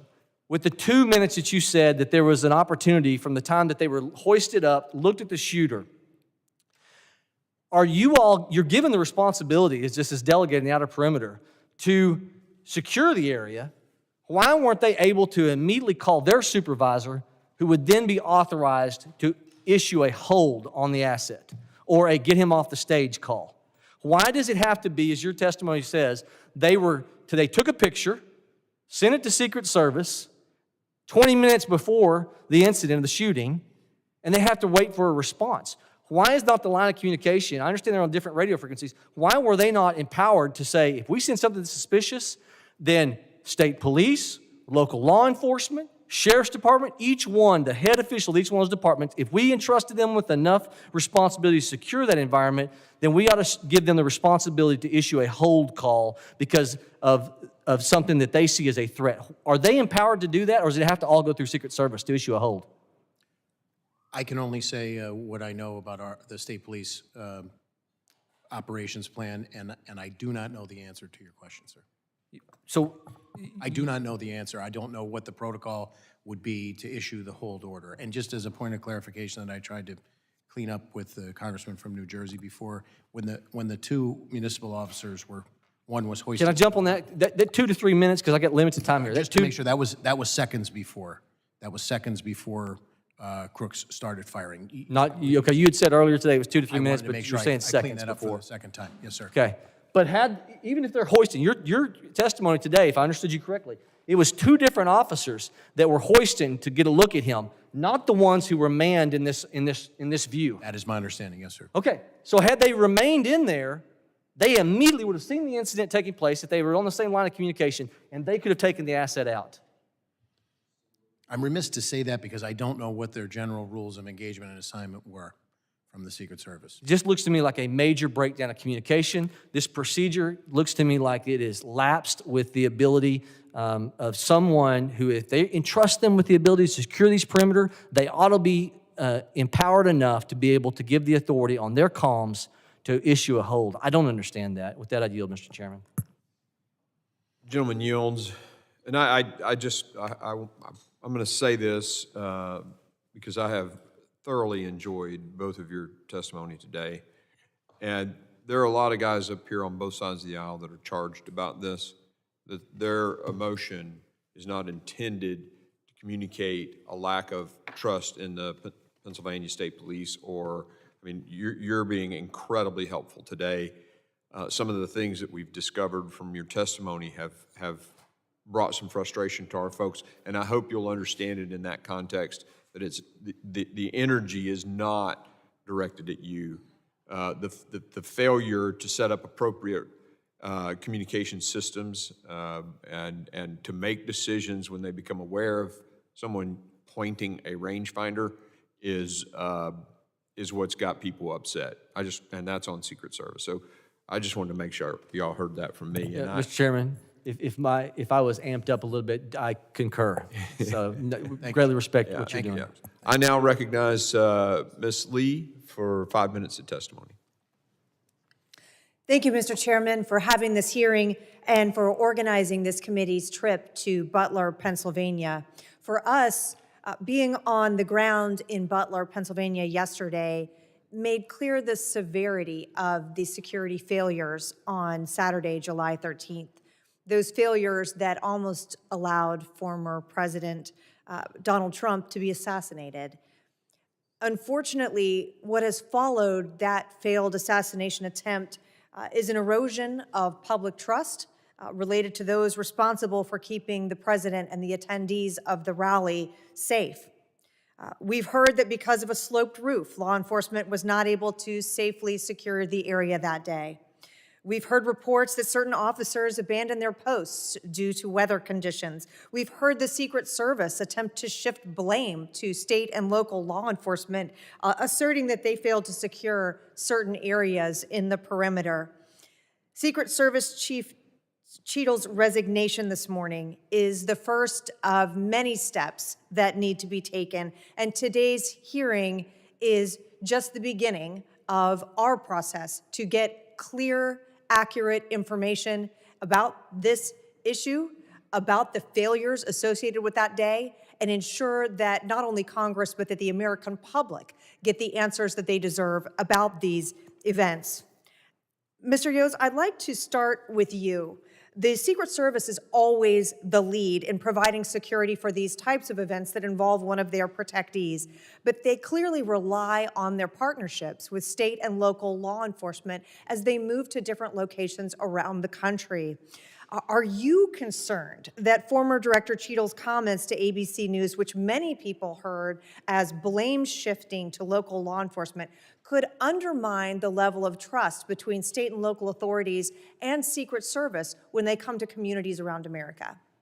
Yes, I absolutely do, and our organization actually issued a press release stating just that. Our relationship, it's impossible for a federal agency to do their function without including local law enforcement. That's a given. And that relationship is built on trust. And when comments were made, like what made on ABC, then we felt the need to call her out on it. And do you believe that the federal government's statements to the public, to the American people, after this attempted assassination have helped or harmed public trust in law enforcement overall? You know, I'll say this. The very powers that we have, or the ability to do our job as law enforcement officers, is directly related to trust. And in an investigation, there's a fine line between what you do in order to protect an investigation and also be accountable to the public you serve. And when you don't walk that fine line, then it does create distrust. And it does cause a lot of confusion. It causes people to fill in their own blanks. And as a result, this is what we see. Sharing accurate information is important to keep everyone informed so that it doesn't run in different directions. And as the American people wait for an after-action report, what can or should law enforcement agencies at any level be doing to address concerns about transparency and protect that public trust? Well, I'll start right here. I mean, you have the Pennsylvania State Police. It filled in a lot of gaps that should have been filled in a long time ago. This is information that should be known to everyone. essential facts. It doesn't change. It is what it is, and sharing this information lets everyone know exactly what occurred and gives us some insight of things that we need to correct. And you've been here now throughout this day, throughout questioning from a number of members of this committee. As this committee continues to investigate the failures that resulted in this shooting, what are some of the key questions that you believe should be asked about the assassination attempt, as well as the management and organization of Secret Service more broadly? Well, again, I have to be upfront in the fact that I have no direct knowledge to this incident or things that unfold. I'll just speak in just general terms. The first question that I think we all need to ask is, with so many elevated positions available, what steps were taken to protect those assets? I don't know the answer to that, but there were a lot of places. I mean, we learned a lot of lessons going back to President Kennedy. Higher locations create unique problems. And as a result, they should have been part of any action plan. I'm not saying they weren't. I'm just saying that we see the end result of what happened here, so obviously we have a failure there. Thank you, Mr. Chairman. I yield back. The gentlelady yields back and now recognize the gentleman in whose district this tragedy occurred, fine representative from Pennsylvania, Mr. Kelly. Thank you, Mr. Bishop. I appreciate Chairman Green's allowing me to be here, and then also to be in Butler yesterday, where it's my hometown. I'm 4 miles from this location. My concern actually started on July the 5th when I was told that former President Trump was coming to Butler, and I said, that's great. And they said, yeah, and he's going to be at the Butler Farm Show. I said, you must mean the big Butler Fair. They said, no, the Butler Farm Show. I said, who did a site visit? The answer is, we've already made our determination. My question then was, so then what you just told me is nobody's been to that site. I will just tell you right now that what you are planning there is not proper for the crowd that's going to show up. At that point, the person on the phone said, Mr. Kelly, there'll be 6,000 or 7,000 people there. I said, well, that tells me even more about the fact that you have no idea where you're going. And historically, what has happened whenever the President Trump had come to Butler, we got 55,000 people at that rally. And he said that was before, when he was president. He's no longer president. So being there, not only just myself, but also my wife, 3 of my grandchildren, and 1 of my sons, and so many friends that were there that day, I think it all comes down to the same question that we always ask when we get to these situations. What did we know, and when did we know it? And I think forever now, people are going to look at what happened and say, we knew there was something wrong. We could see it. I would just put to you that had we acted quicker, Mr. Compratore would still be alive today. President Trump would not have been wounded, and 2 other people who were that day would not have been wounded. And in a greater sense, the American people have been wounded in a way that they have lost faith, trust, and confidence in how we protect certain people. This goes far beyond that, and I appreciate you both being here, and I'll tell you what, you really have given us testimony based on what your whole careers have been about, and that is protecting people. For some reason, on July 13th, we knew something was wrong. Every person I've talked to that was there that day or responsible for protection says, we did our job. And I said, so then you're saying that somebody else didn't do their job? And the answer is, well, that's to be decided later on. So I would just say, first of all, I meant what I said. I think the American people now are deeply wounded, and the faith, trust, and confidence we need to have in our government has been fading for too long. I was there with the Pennsylvania State Police. I've talked to the Pennsylvania Police since then. Mr. Yoes, thank you for your career. But at the end of the day, we don't have the answers we need to have. And I said it earlier, and I mean it. There is no reason for Corey Compratore to be dead today. There is no reason for President Trump to have been wounded, or 2 other members in the audience that day to have been wounded, had we done what we knew before we let it go any further than that. That could have been stopped early on. Nobody can convince me that when people see somebody on the roof of a house, of a building, and pointing to him and yelling, there's somebody up there, it needs to be taken care of. And other people who were there, that eyewitnesses said they watched him go onto those grounds, and every time they said, there's something wrong, somebody is going in the wrong direction and shouldn't be there, and the answer comes down, you don't know what you're talking about. There's nobody there.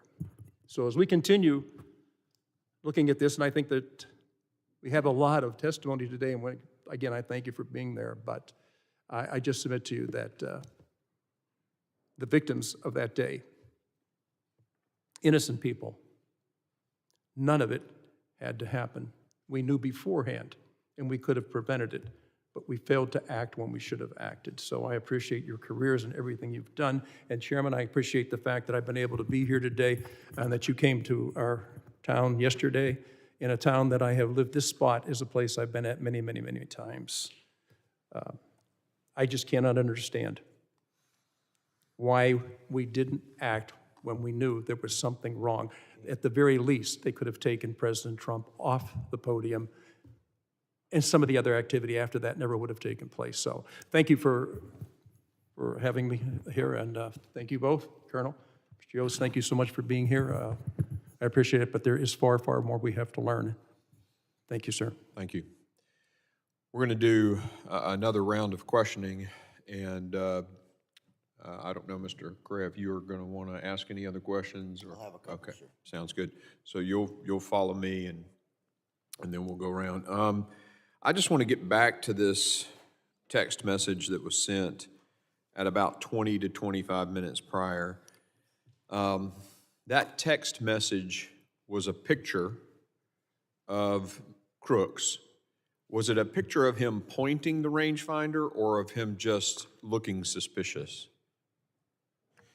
Chairman, I have not seen the picture that was sent, so I don't know.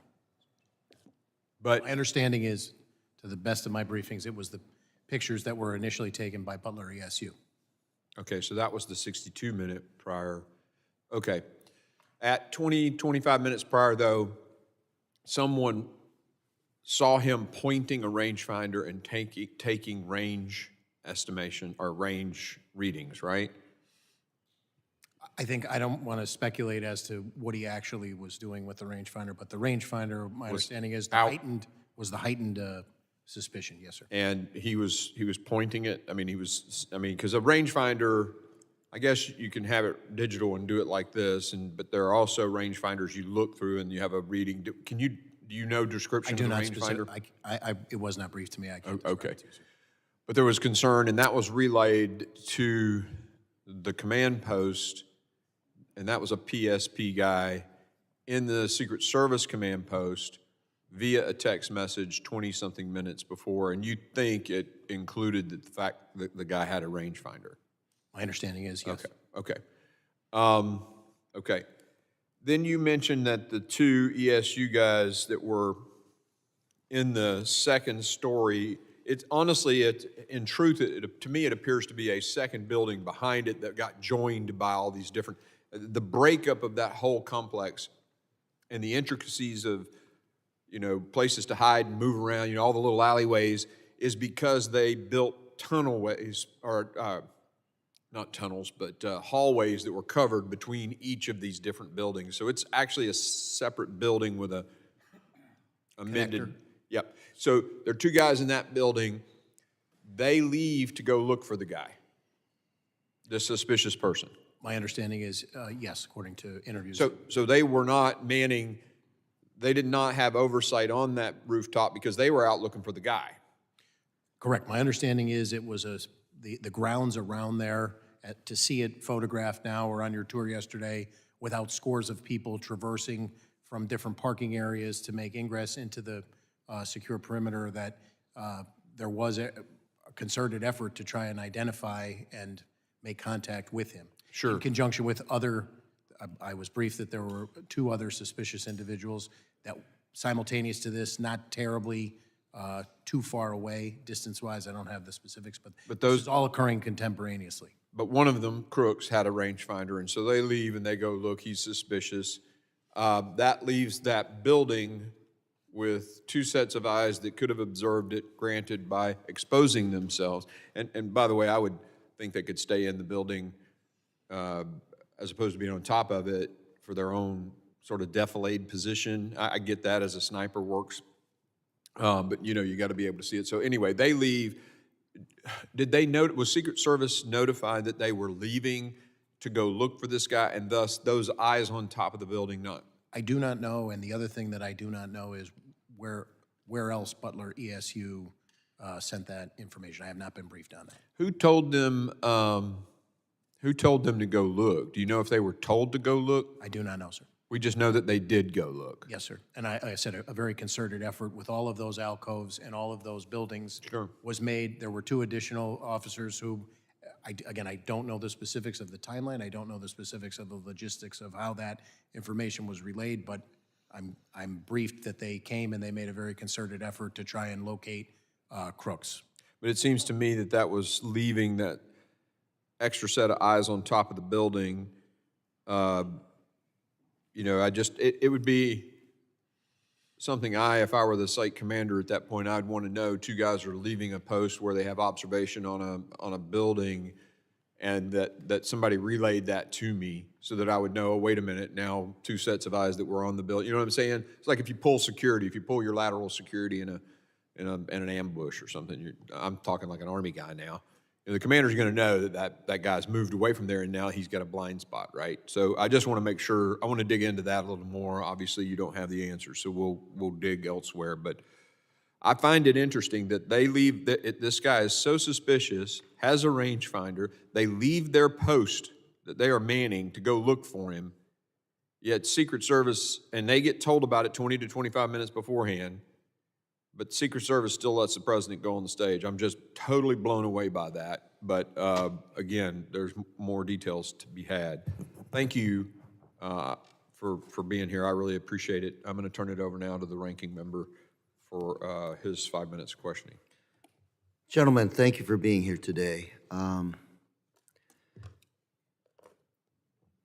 Commissioner Paris, Mr. Yoes, we're looking at a rearview mirror of what happened.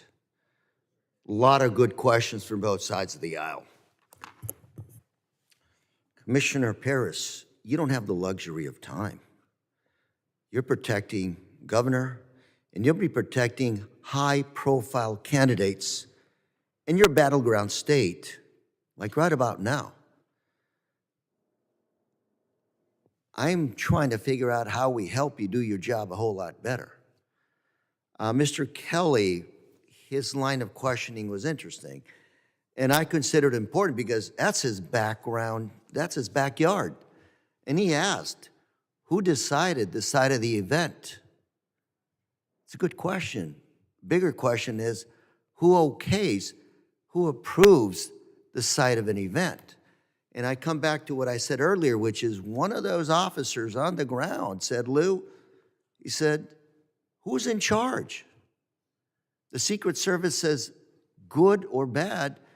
Does the campaign then say good or bad, or does the campaign have the ability to override the Secret Service at an event? And I ask this question from you, Commissioner Paris, you're gonna have to make these decisions here real soon. Because if I'm here where you're at today you've learned some lessons. The 13th to today, we've all learned some lessons, and you have to execute, sir. And it's not your responsibility. It's not our responsibility. It's all of us, our responsibility. And I want to know how we can help you clarify these lines of command, so to speak, to make sure that we minimize the possibilities of this happening again. Who makes the decisions? Who's in charge? What are the lessons we've learned today, gentlemen? Sir, what is it that we can do to make sure that it's not going to be on your shoulders? You're not going to be able to resign. You have to execute, please. I appreciate your comments very much. I can say that through the governor and the legislature in the Commonwealth of Pennsylvania, we are very supported, and we have the resources, I believe, moving forward. to rise to the occasion. The Secret Service remains the agency with the most experience, traditionally, when you talk about organizational knowledge, to carry this forward. Responsible for the Pennsylvania State Police, I pledge that any and all support that we can give to keep all Pennsylvanians safe, which is what 6,400 civilian and enlisted Pennsylvania State Police show up every day to do, we will do. We want a robust republic, and we want to secure people's ability to express their views, and we have worked diligently and will continue to work diligently to make sure that that happens, sir. Commissioner Paris, you are the thin blue line. Keeps us safe. Secret Service is an even thinner line that keeps, in many ways, our democracy functioning, protecting us. They have to score 100%. They cannot let one bad thing happen as they did on the 13th. I want to make sure that we know that we give the Secret Service the ability to make those decisions when it comes to the safety of our candidates and elected officials. And for the third time, I'm going to repeat those words that were told to me by an individual, law enforcement individual on the ground when he said, Lou, who's in charge? Is it the campaign or is it the Secret Service? And I'd like to get to the bottom of that and make sure it's the Secret Service that's in charge. I don't know who is in charge, and I hope to God that we do find out.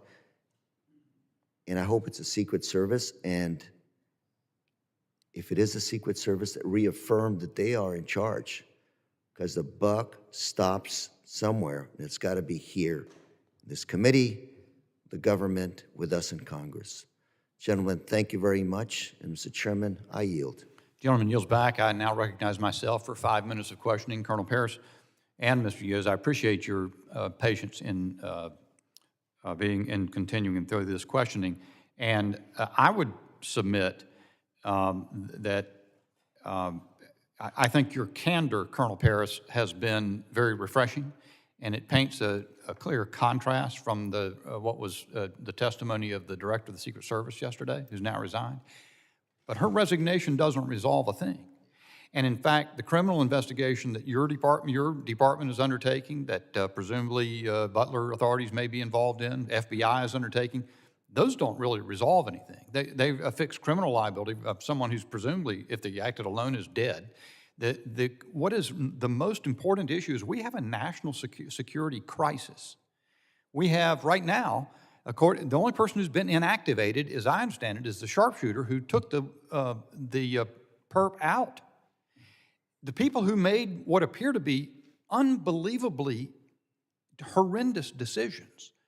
You can't even imagine. It boggles the mind, the decisions that were made. They're still in place. And we have multiple protectees moving around the country every day. And those same people, I don't even know if they've changed anything about what they're doing. Presumably you would think so, but we don't know that. So I think we need to learn as much as possible from you. I will say as a note of departure, I don't think, from what I've heard, you've made pretty clear the Pennsylvania State Police didn't do anything wrong. I don't know whether Butler County ESU might have done something wrong, so let me bear into that. Okay, all right. But it's clear to me as a bell that Secret Service, and that's everyone's characterized it as a colossal failure because it's obvious to everyone concerned that that's the case. The two who were, I'm going to get one thing I understand transpired while I was absent from the hearing for a bit.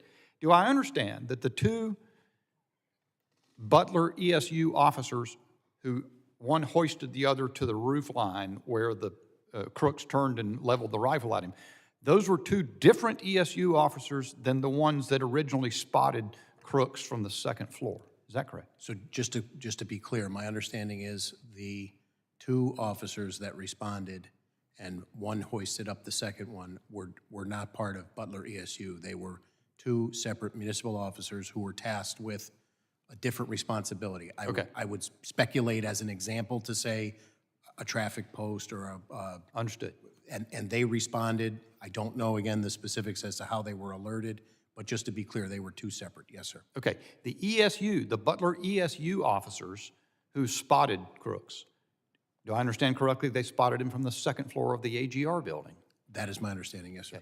Were they posted there in order to maintain overwatch on the roof, or were they generally assigned roving responsibility to be in the vicinity of that building? I can't answer that, and I would defer to the Secret Service as to what the communication was and the assignment given. Yeah, put that picture of the building up. I see, because I asked for it. I don't even know if I'll fit it in at this point. So that's, yeah, you see, so the Crooks was on the building directly facing the camera here, and you see the window open to the left. That's the second story of the AGR building where those ESU officers spotted Crooks, correct? That's my understanding. Okay. Did they advise their senior, their command, that they were departing that location to look for Crooks? Do you know that? I do not know, sir. Why did they stay away from that position for so long? If I understand correctly, the picture of Crooks was texted about 20, 25 minutes ahead of the shooting. Is that correct, first of all?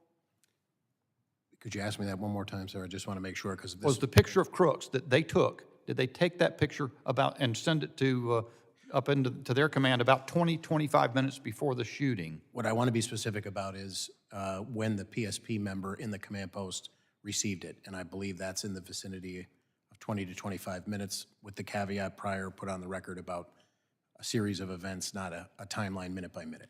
So you don't know whether they... I don't specifically know. I believe the pictures of Crooks were taken at some point before that, when he was identified as being suspicious based on my prior testimony from the briefings that I had, because he was... Okay, I get it. At least we've got a fairly long numbers of minutes, 10, 15, 20 minutes. Why did they not return to that post? Do you know that? I do not know, sir.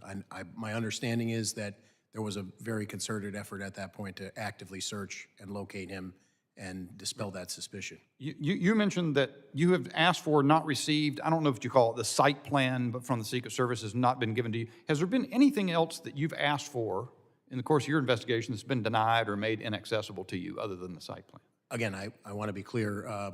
No, I'm not aware of anything else that we've asked for, and we have not been denied. I just believe we haven't received it yet, so I want to make sure I'm not mischaracterizing that. We asked for it, and we have yet to receive it. Yeah, we never get denied stuff. We just never get it.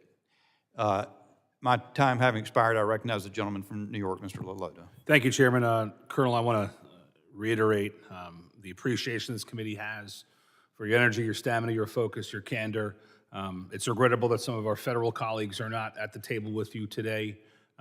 We would have liked to extract for them some of the facts from 10 days ago. My colleagues from both sides of the aisle, I think, asked good, fair questions of you, and you gave good, fair, accurate responses to them that helps us understand July 13th a little more. It was only 10 days ago, and we're probably only in the infancy of that investigation of our oversight responsibilities, but you've provided us a lot. I want to use the remainder of my time to look forward.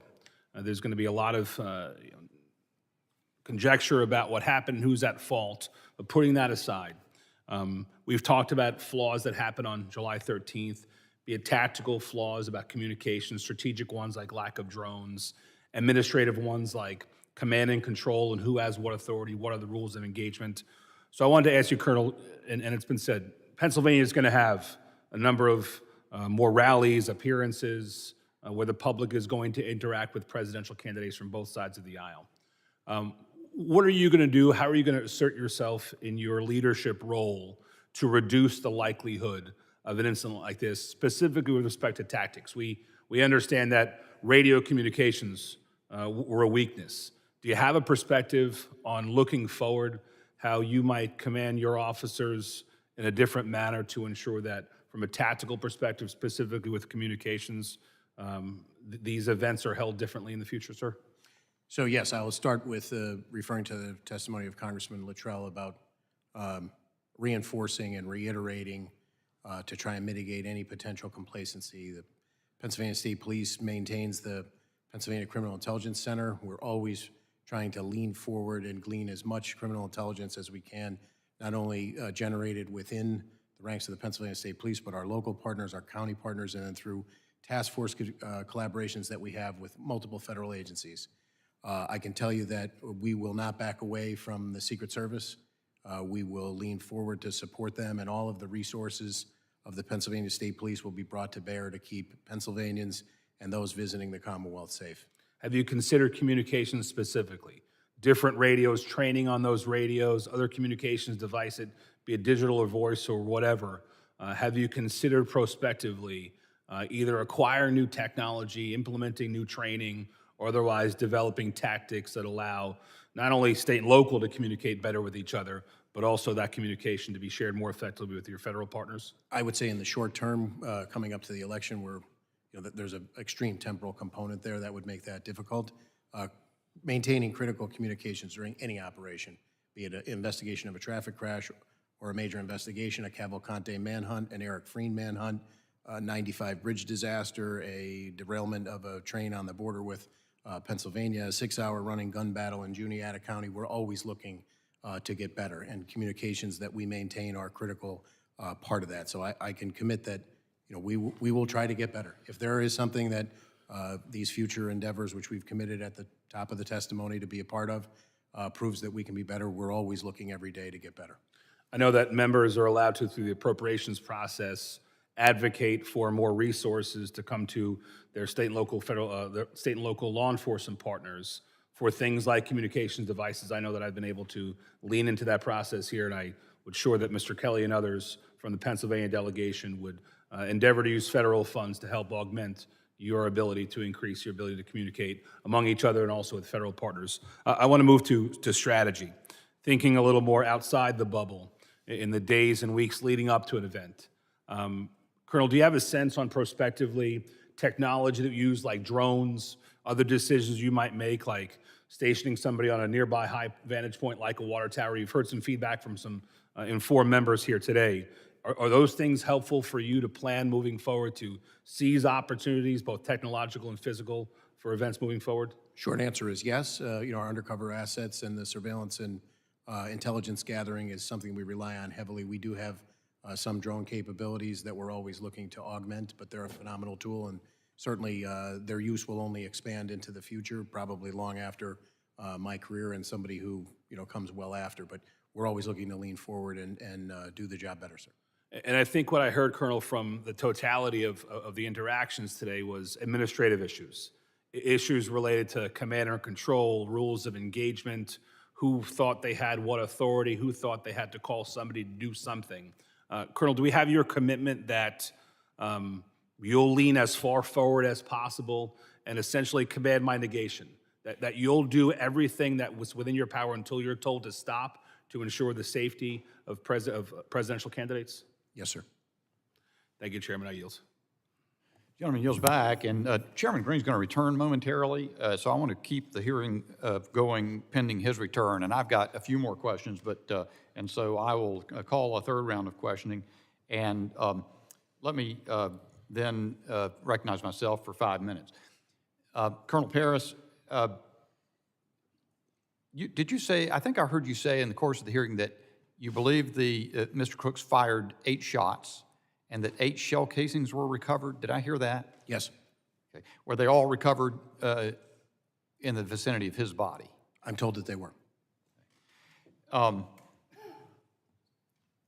When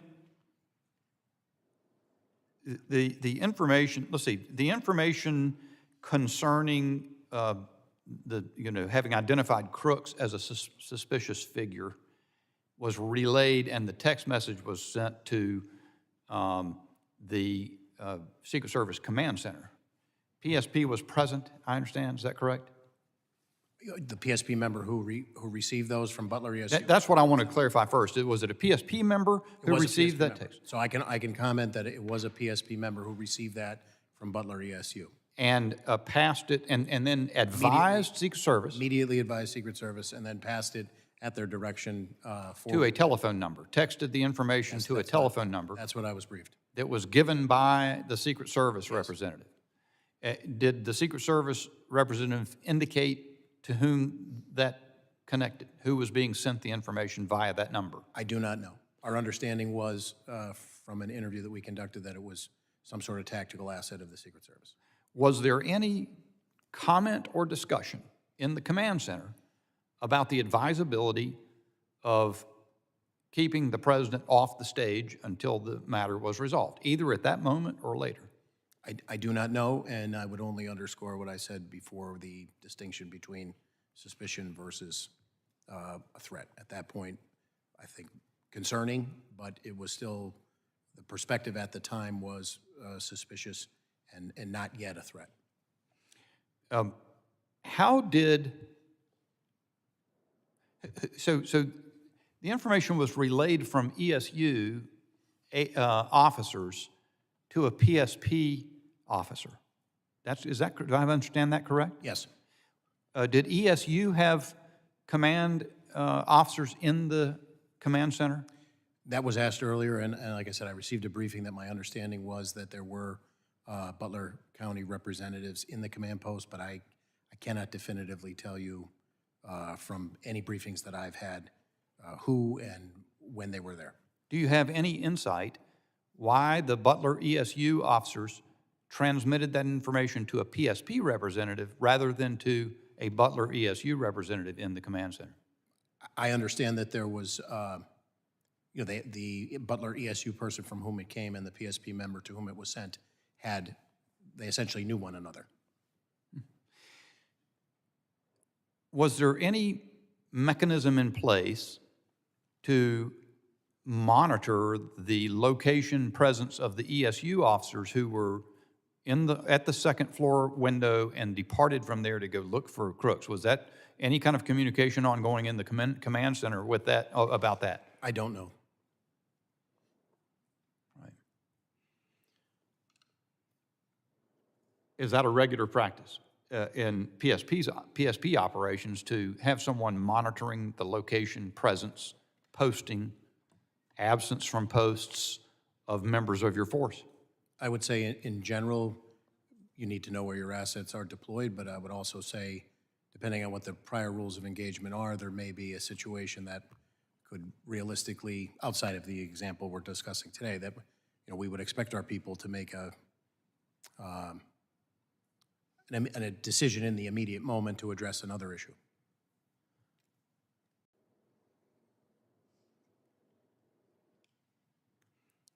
All right, I yield back and recognize the gentleman from California, Mr. Correa, for 5 minutes. Thank you, Mr. Chairman. Again, gentlemen, thank you for being here. Something Mr. LaLota said that I want to emphasize and underline, which is, gentlemen, I hope you lean forward when it comes to making decisions, making what your gut tells you is the right decision when you're out there trying to protect American lives, especially those of candidates.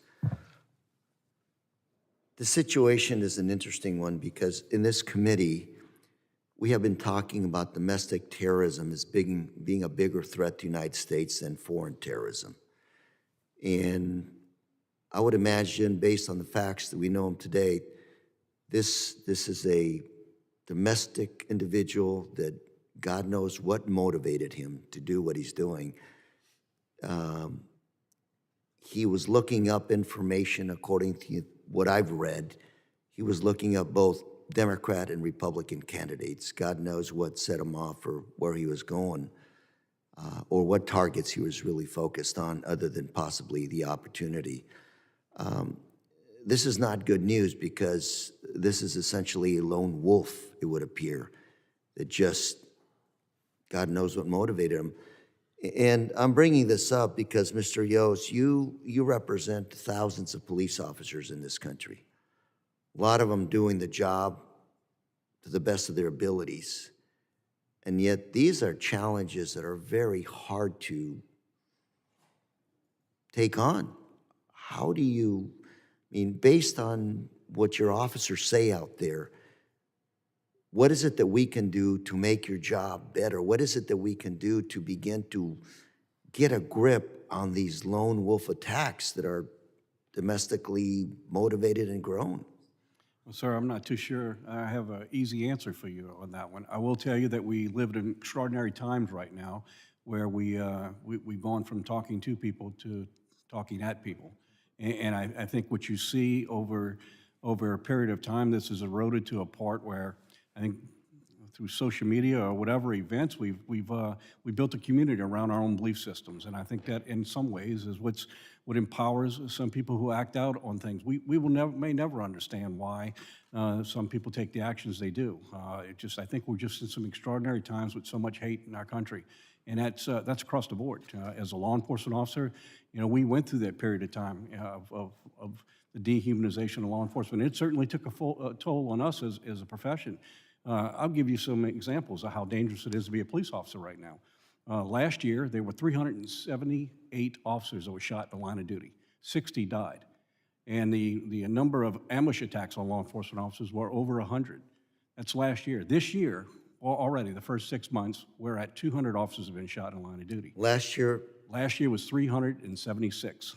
and this year we're at, This year, we're at 200 just in the first 6 months. So we're on par, or it will exceed what last year's been. There's just so much hatred in our country right now, and I think that I agree with the statements made by pretty much everyone in this room. We need to turn the rhetoric down. I think it's not serving to anyone. The hatred that we have across this country is permeating into everything we have, and that's everybody owns a little bit of responsibility with it. We need to focus on finding solutions to problems rather than blaming others for what the problems are. I know that that's not your question, but I think it. well, actually, you are answering my question, sir. I'm sorry, what? You are answering my question. Yeah, so what can be done, sir? We really need to turn our rhetoric down. We need to recognize that in reality, this is the reality when it comes to law enforcement. The majority of violent crime in this country is committed by a small percentage of people. And when we're able to separate them from the people that they prey on, we impact crime. We struggle in this country because law enforcement officers are doing their job to try and separate that. But I think our system has just so many layers in it that shows that it's fractured. And we really need to get back to the real business of protecting the people we serve.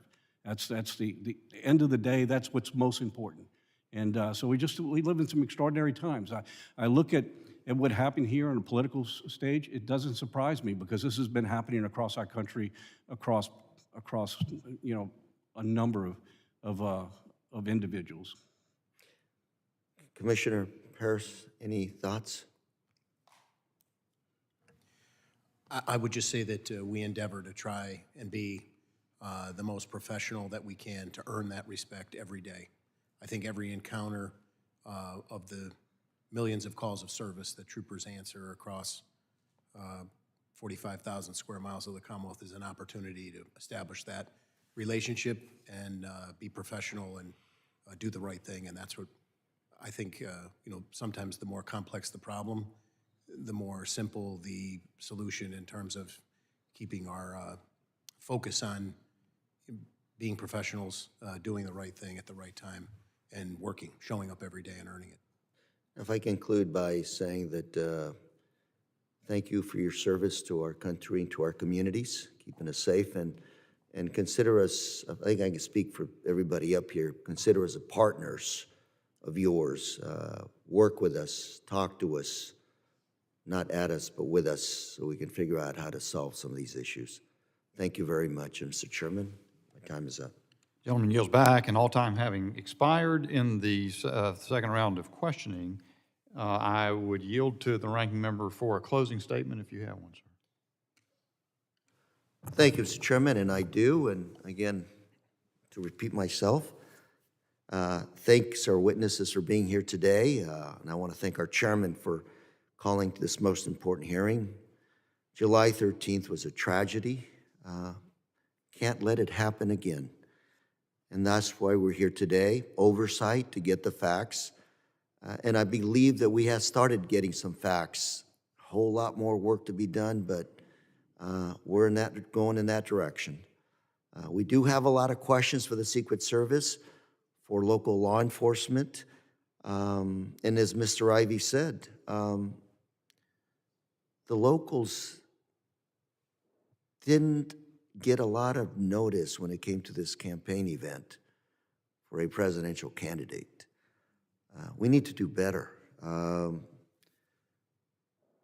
American public is relying on us to get some answers. They want to make sure that we're doing the best we can to guard our democracy by guarding our candidates to office. And as we get closer to the November election, like you both have said, we got to watch the rhetoric. We got to tone it down. And I've heard those words in this committee. Right after January 6th, we echoed those same words from both sides. Tone it down, folks. And we're still there. We can do better. We can do better for this country, for our democracy. And we need to again set an example for the rest of the world. All of us together, we can do this. Thank you very much, Mr. Chairman, and I yield.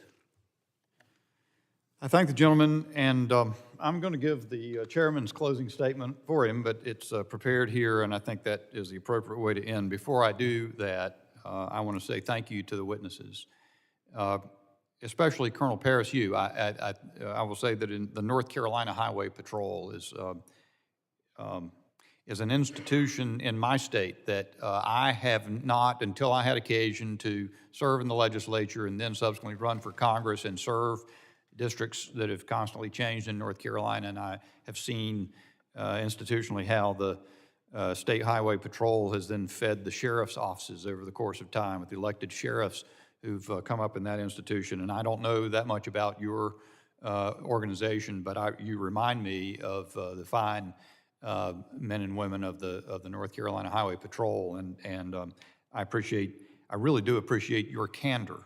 Tomorrow, the director of the FBI, Christopher Wray, will be testifying before the Judiciary Committee, on which I also serve. And I hope he'll be candid. I believe there are moments when the sanctity of criminal investigations needs to be tempered by the fact that the nation needs answers to a national security crisis, as I suggested before. You have been candid while still protecting the sanctity of the investigations that are ongoing, or of which your agency is a part, and I appreciate that very much. So during this hearing, we got the news that Director Cheadle resigned. After refusing to give straightforward answers to Congress and the American people about the Secret Service's failures on July 13, seeing the chairman return, I'm going to pause and let him give his statement, which I had commenced. You're closing for me there?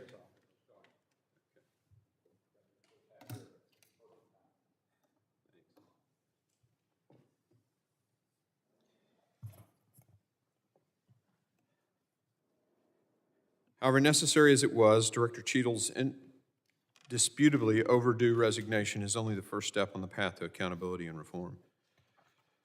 Today's hearing was a vital step in obtaining more information about what happened in Butler, Pennsylvania, but Congress has a lot of work ahead of us. I think today, as we've questioned these professionals who've served their communities and their states for their lifetime, we've discovered a lot of facts, particularly about the operation. Yesterday when we were on the site, we learned about the planning failures.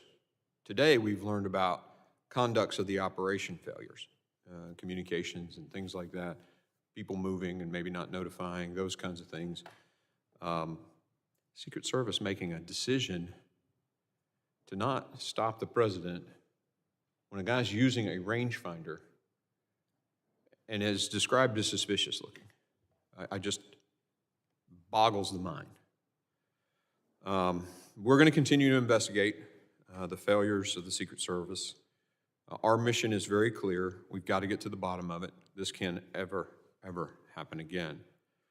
I want to thank both of you for serving and for a very long testimony today. Thanks for sticking around and letting us. We're going to have lots of other people come in here, and we're going to get granular on all of this stuff. But this is the closest that anyone's come to taking the life of a president or a presidential candidate in over 4 decades.